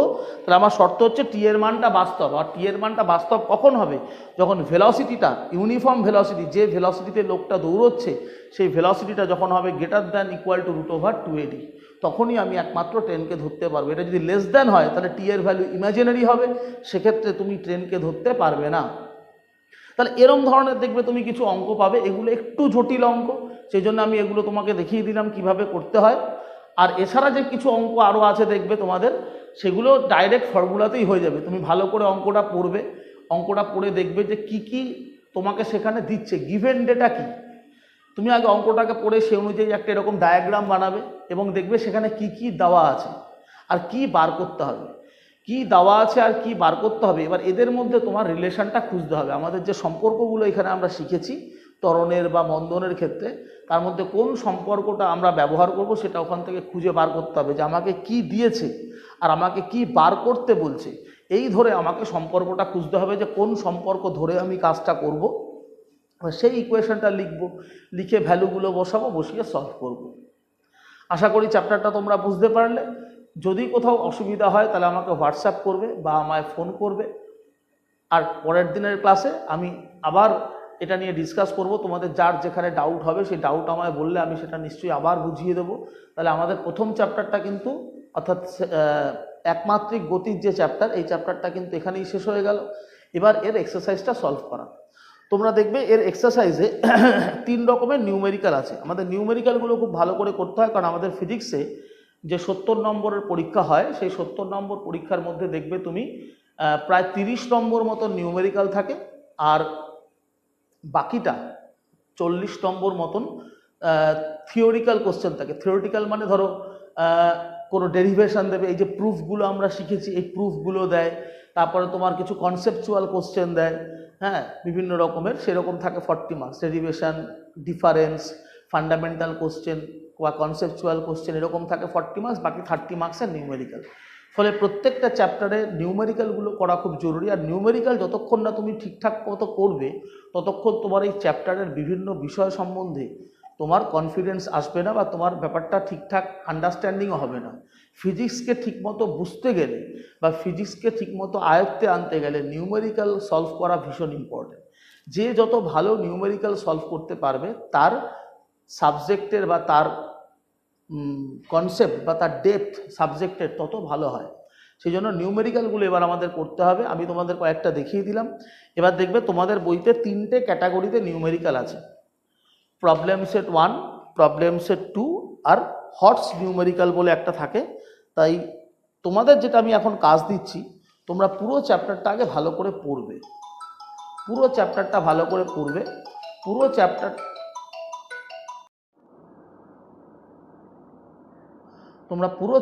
ভালো করে পড়বে। পুরো চ্যাপ্টারটা ভালো করে পড়ার পর আমি খাতায় যে বিভিন্ন অঙ্কগুলো দেখিয়েছি চ্যাপ্টারটা পড়ানোর সময়, সেই অঙ্কগুলোকে স্টাডি করবে, এক্সাম্পলের অঙ্কগুলো দেখবে, এবং এক্সাম্পলের অঙ্কগুলো দেখে যখন তুমি দেখলে যে হ্যাঁ বুঝতে পারছো বা বুঝে গেছো, তখন এক্সাম্পলের অঙ্কগুলো আগে না দেখে করবে। এক্সাম্পলের অঙ্কগুলো না দেখে করার পর এবার তুমি এক্সারসাইজে আসবে। তোমরা এক্সারসাইজে খালি প্রবলেম সেট 1টা করবে। আমি জাস্ট অল্প কাজ দিচ্ছি, আগে চ্যাপ্টারটা ভালো করে পড়তে হবে, এক্সাম্পলের অঙ্কগুলো দেখতে হবে, দেখে বুঝে তারপর না দেখে করতে হবে। আর এক্সাম্পলের যে অঙ্কগুলো তুমি বুঝতে পারলে না, এরম যদি অঙ্ক থাকে যেগুলো তুমি দেখে বুঝতে পারছো না বা কিছু, তাহলে সেই অঙ্কগুলো নেক্সট ক্লাসে আমায় বলবে, আমি তোমাকে বুঝিয়ে দেবো করে যে কিভাবে করতে হবে বা কী বৃত্তান্ত। ঠিক আছে? আর এই সবটা হওয়ার পর তুমি খালি প্রবলেম সেট 1টা করবে। প্রবলেম সেট 1টা তুমি করবে, যেগুলো পারলে ভালো কথা, যেগুলো পারলে না প্রবলেম সেট 1-এর সেই অঙ্কগুলো আমাকে হোয়াটসঅ্যাপ করতে পারো, আমি সেগুলো হোয়াটসঅ্যাপে করে দেবো। যদি তুমি সেটা দেখে বুঝতে পারো ভালো, আর যদি বুঝতে না পারো তাহলে পরের দিন মানে শুক্রবারের ক্লাসে আমায় বলবে যে স্যার এই অঙ্কগুলো আপনি দিয়েছিলেন করে, কিন্তু এই জায়গাগুলো ডাউট হচ্ছে, আমি সেই জায়গাগুলো তোমাকে বুঝিয়ে দেবো। তাহলে তুমি প্রবলেম সেট 1টা খালি করো। বেশি কাজ আমি দিচ্ছি না, কারণ চ্যাপ্টারটা আগে পড়তে হবে, বেশি হুটোপাটার দরকারও নেই, অনেক সময় আছে, ধীরে ধীরে বুঝে বুঝে এগো। কারণ তোমরা সবে ফিজিক্সটা পড়ছো, 9-10-এর সাথে 11-এর ফিজিক্সের কোনো মিল নেই। সেই জন্য আগে চ্যাপ্টারটা ভালো করে পড়ো, এক্সাম্পল দেখো, দেখে খালি প্রবলেম সেট 1টা করো, অনলি প্রবলেম সেট 1। বাংলা বই বা ইংরেজি বই যার যা বই আছে, খালি প্রবলেম সেট 1টা করবে। এবং পরের দিন এই যে চ্যাপ্টারটা শেষ হলো, দেখবে তোমাদের বইতে চ্যাপ্টারটা শেষ হওয়ার পর তোমাদের বইতে কিছু প্রশ্ন উত্তর লিখে দেওয়া থাকে, হাই অর্ডার থিঙ্কিং স্কিল বলে কিছু কোশ্চেন অ্যান্সার থাকে, শর্ট কোশ্চেন অ্যান্সার, যেগুলো হচ্ছে ফান্ডামেন্টাল কোশ্চেন বা কনসেপ্ট বেস বোধমূলক প্রশ্ন। বাংলা বইতেও আছে, ইংরেজি বইতেও আছে। আমি পরের দিন তোমাদের এই কনসেপচুয়াল যে কোশ্চেনগুলো আছে হটস বলে বা হাই অর্ডার থিঙ্কিং স্কিল, এই প্রশ্ন উত্তরগুলো যেগুলো ইম্পর্টেন্ট, সেই ইম্পর্টেন্ট প্রশ্ন উত্তরগুলো আমি দাগিয়ে দেবো। পড়বে সবকটাই, কিন্তু ইম্পর্টেন্ট প্রশ্ন যেগুলো পরীক্ষায় বেশি আসে সেগুলো একটু ভালো করে পড়তে হবে অবশ্যই। সেটা আমি পরের দিন তোমাদের বলবো, তোমরা বই নিয়ে বসবে, আমি দাগ নাম্বারগুলো বলবো, তুমি দাগিয়ে নেবে বই থেকে, দিয়ে সেগুলো তারপরে ভালো করে পড়বে। এখন তুমি বইয়ের মূল চ্যাপ্টারটা পড়ো, খাতার নোট ধরে পড়ো, যে ক্লাসগুলো আমি করালাম সেগুলোকে ভালো করে দেখো, দেখে পুরো ব্যাপারটাকে আগে বোঝো, পুরোটা তোমায় বুঝতে হবে। কোথাও ডাউট হলে আমায় ফোন করো বা হোয়াটসঅ্যাপ করো, করে এক্সাম্পলের অঙ্ক দেখে তারপর তুমি খালি প্রবলেম সেট 1টা কমপ্লিট করো। এটাই তোমার কাজ। নেক্সট শুক্রবার আমি যাতে আমার হোম টাস্কটা পেয়ে যাই প্রত্যেকের কাছে, আমি গুগল ক্লাসরুমেও প্রবলেম সেট 1-এর পিডিএফটা দিয়ে দিচ্ছি, কোশ্চেনটা তোমরা করে তোমার খাতা গুগল ক্লাসরুমে আপলোড করবে। প্রবলেম সেট 1টা যে খাতায় করবে তার ছবি তুলে যেভাবে করো পিডিএফ করে গুগল ক্লাসরুমে আপলোড করবে। আমি প্রত্যেকের খাতা দেখে দেবো যে তার কী হলো, আর যেগুলো হলো না সেটা আমি শুক্রবার দিন ডিসকাস করব। এবং শুক্রবার দিন পরবর্তী কিছু প্রবলেম সেট 2, হটস নিউমেরিক্যাল, এগুলো সম্বন্ধে আলোচনা করে দেবো। তাহলেই আমাদের এই চ্যাপ্টারটা শেষ হয়ে যাবে। তারপর আমরা পরবর্তী চ্যাপ্টারে যাব নেক্সট উইকে, সেটা হচ্ছে ভেক্টর। আমরা তারপরে ভেক্টরটা শুরু করব। ঠিক আছে? তাহলে যেভাবে বললাম সেইভাবে তোমরা পড়ে নাও, ভালো করে জিনিসটা দেখো, আশা করি অসুবিধা হবে না। যদি অসুবিধা হয় আমি সর্বদাই তোমার সঙ্গে আছি, চিন্তার কোনো কারণ নেই। থ্যাংক ইউ, তোমরা সকলে ভালো থেকো।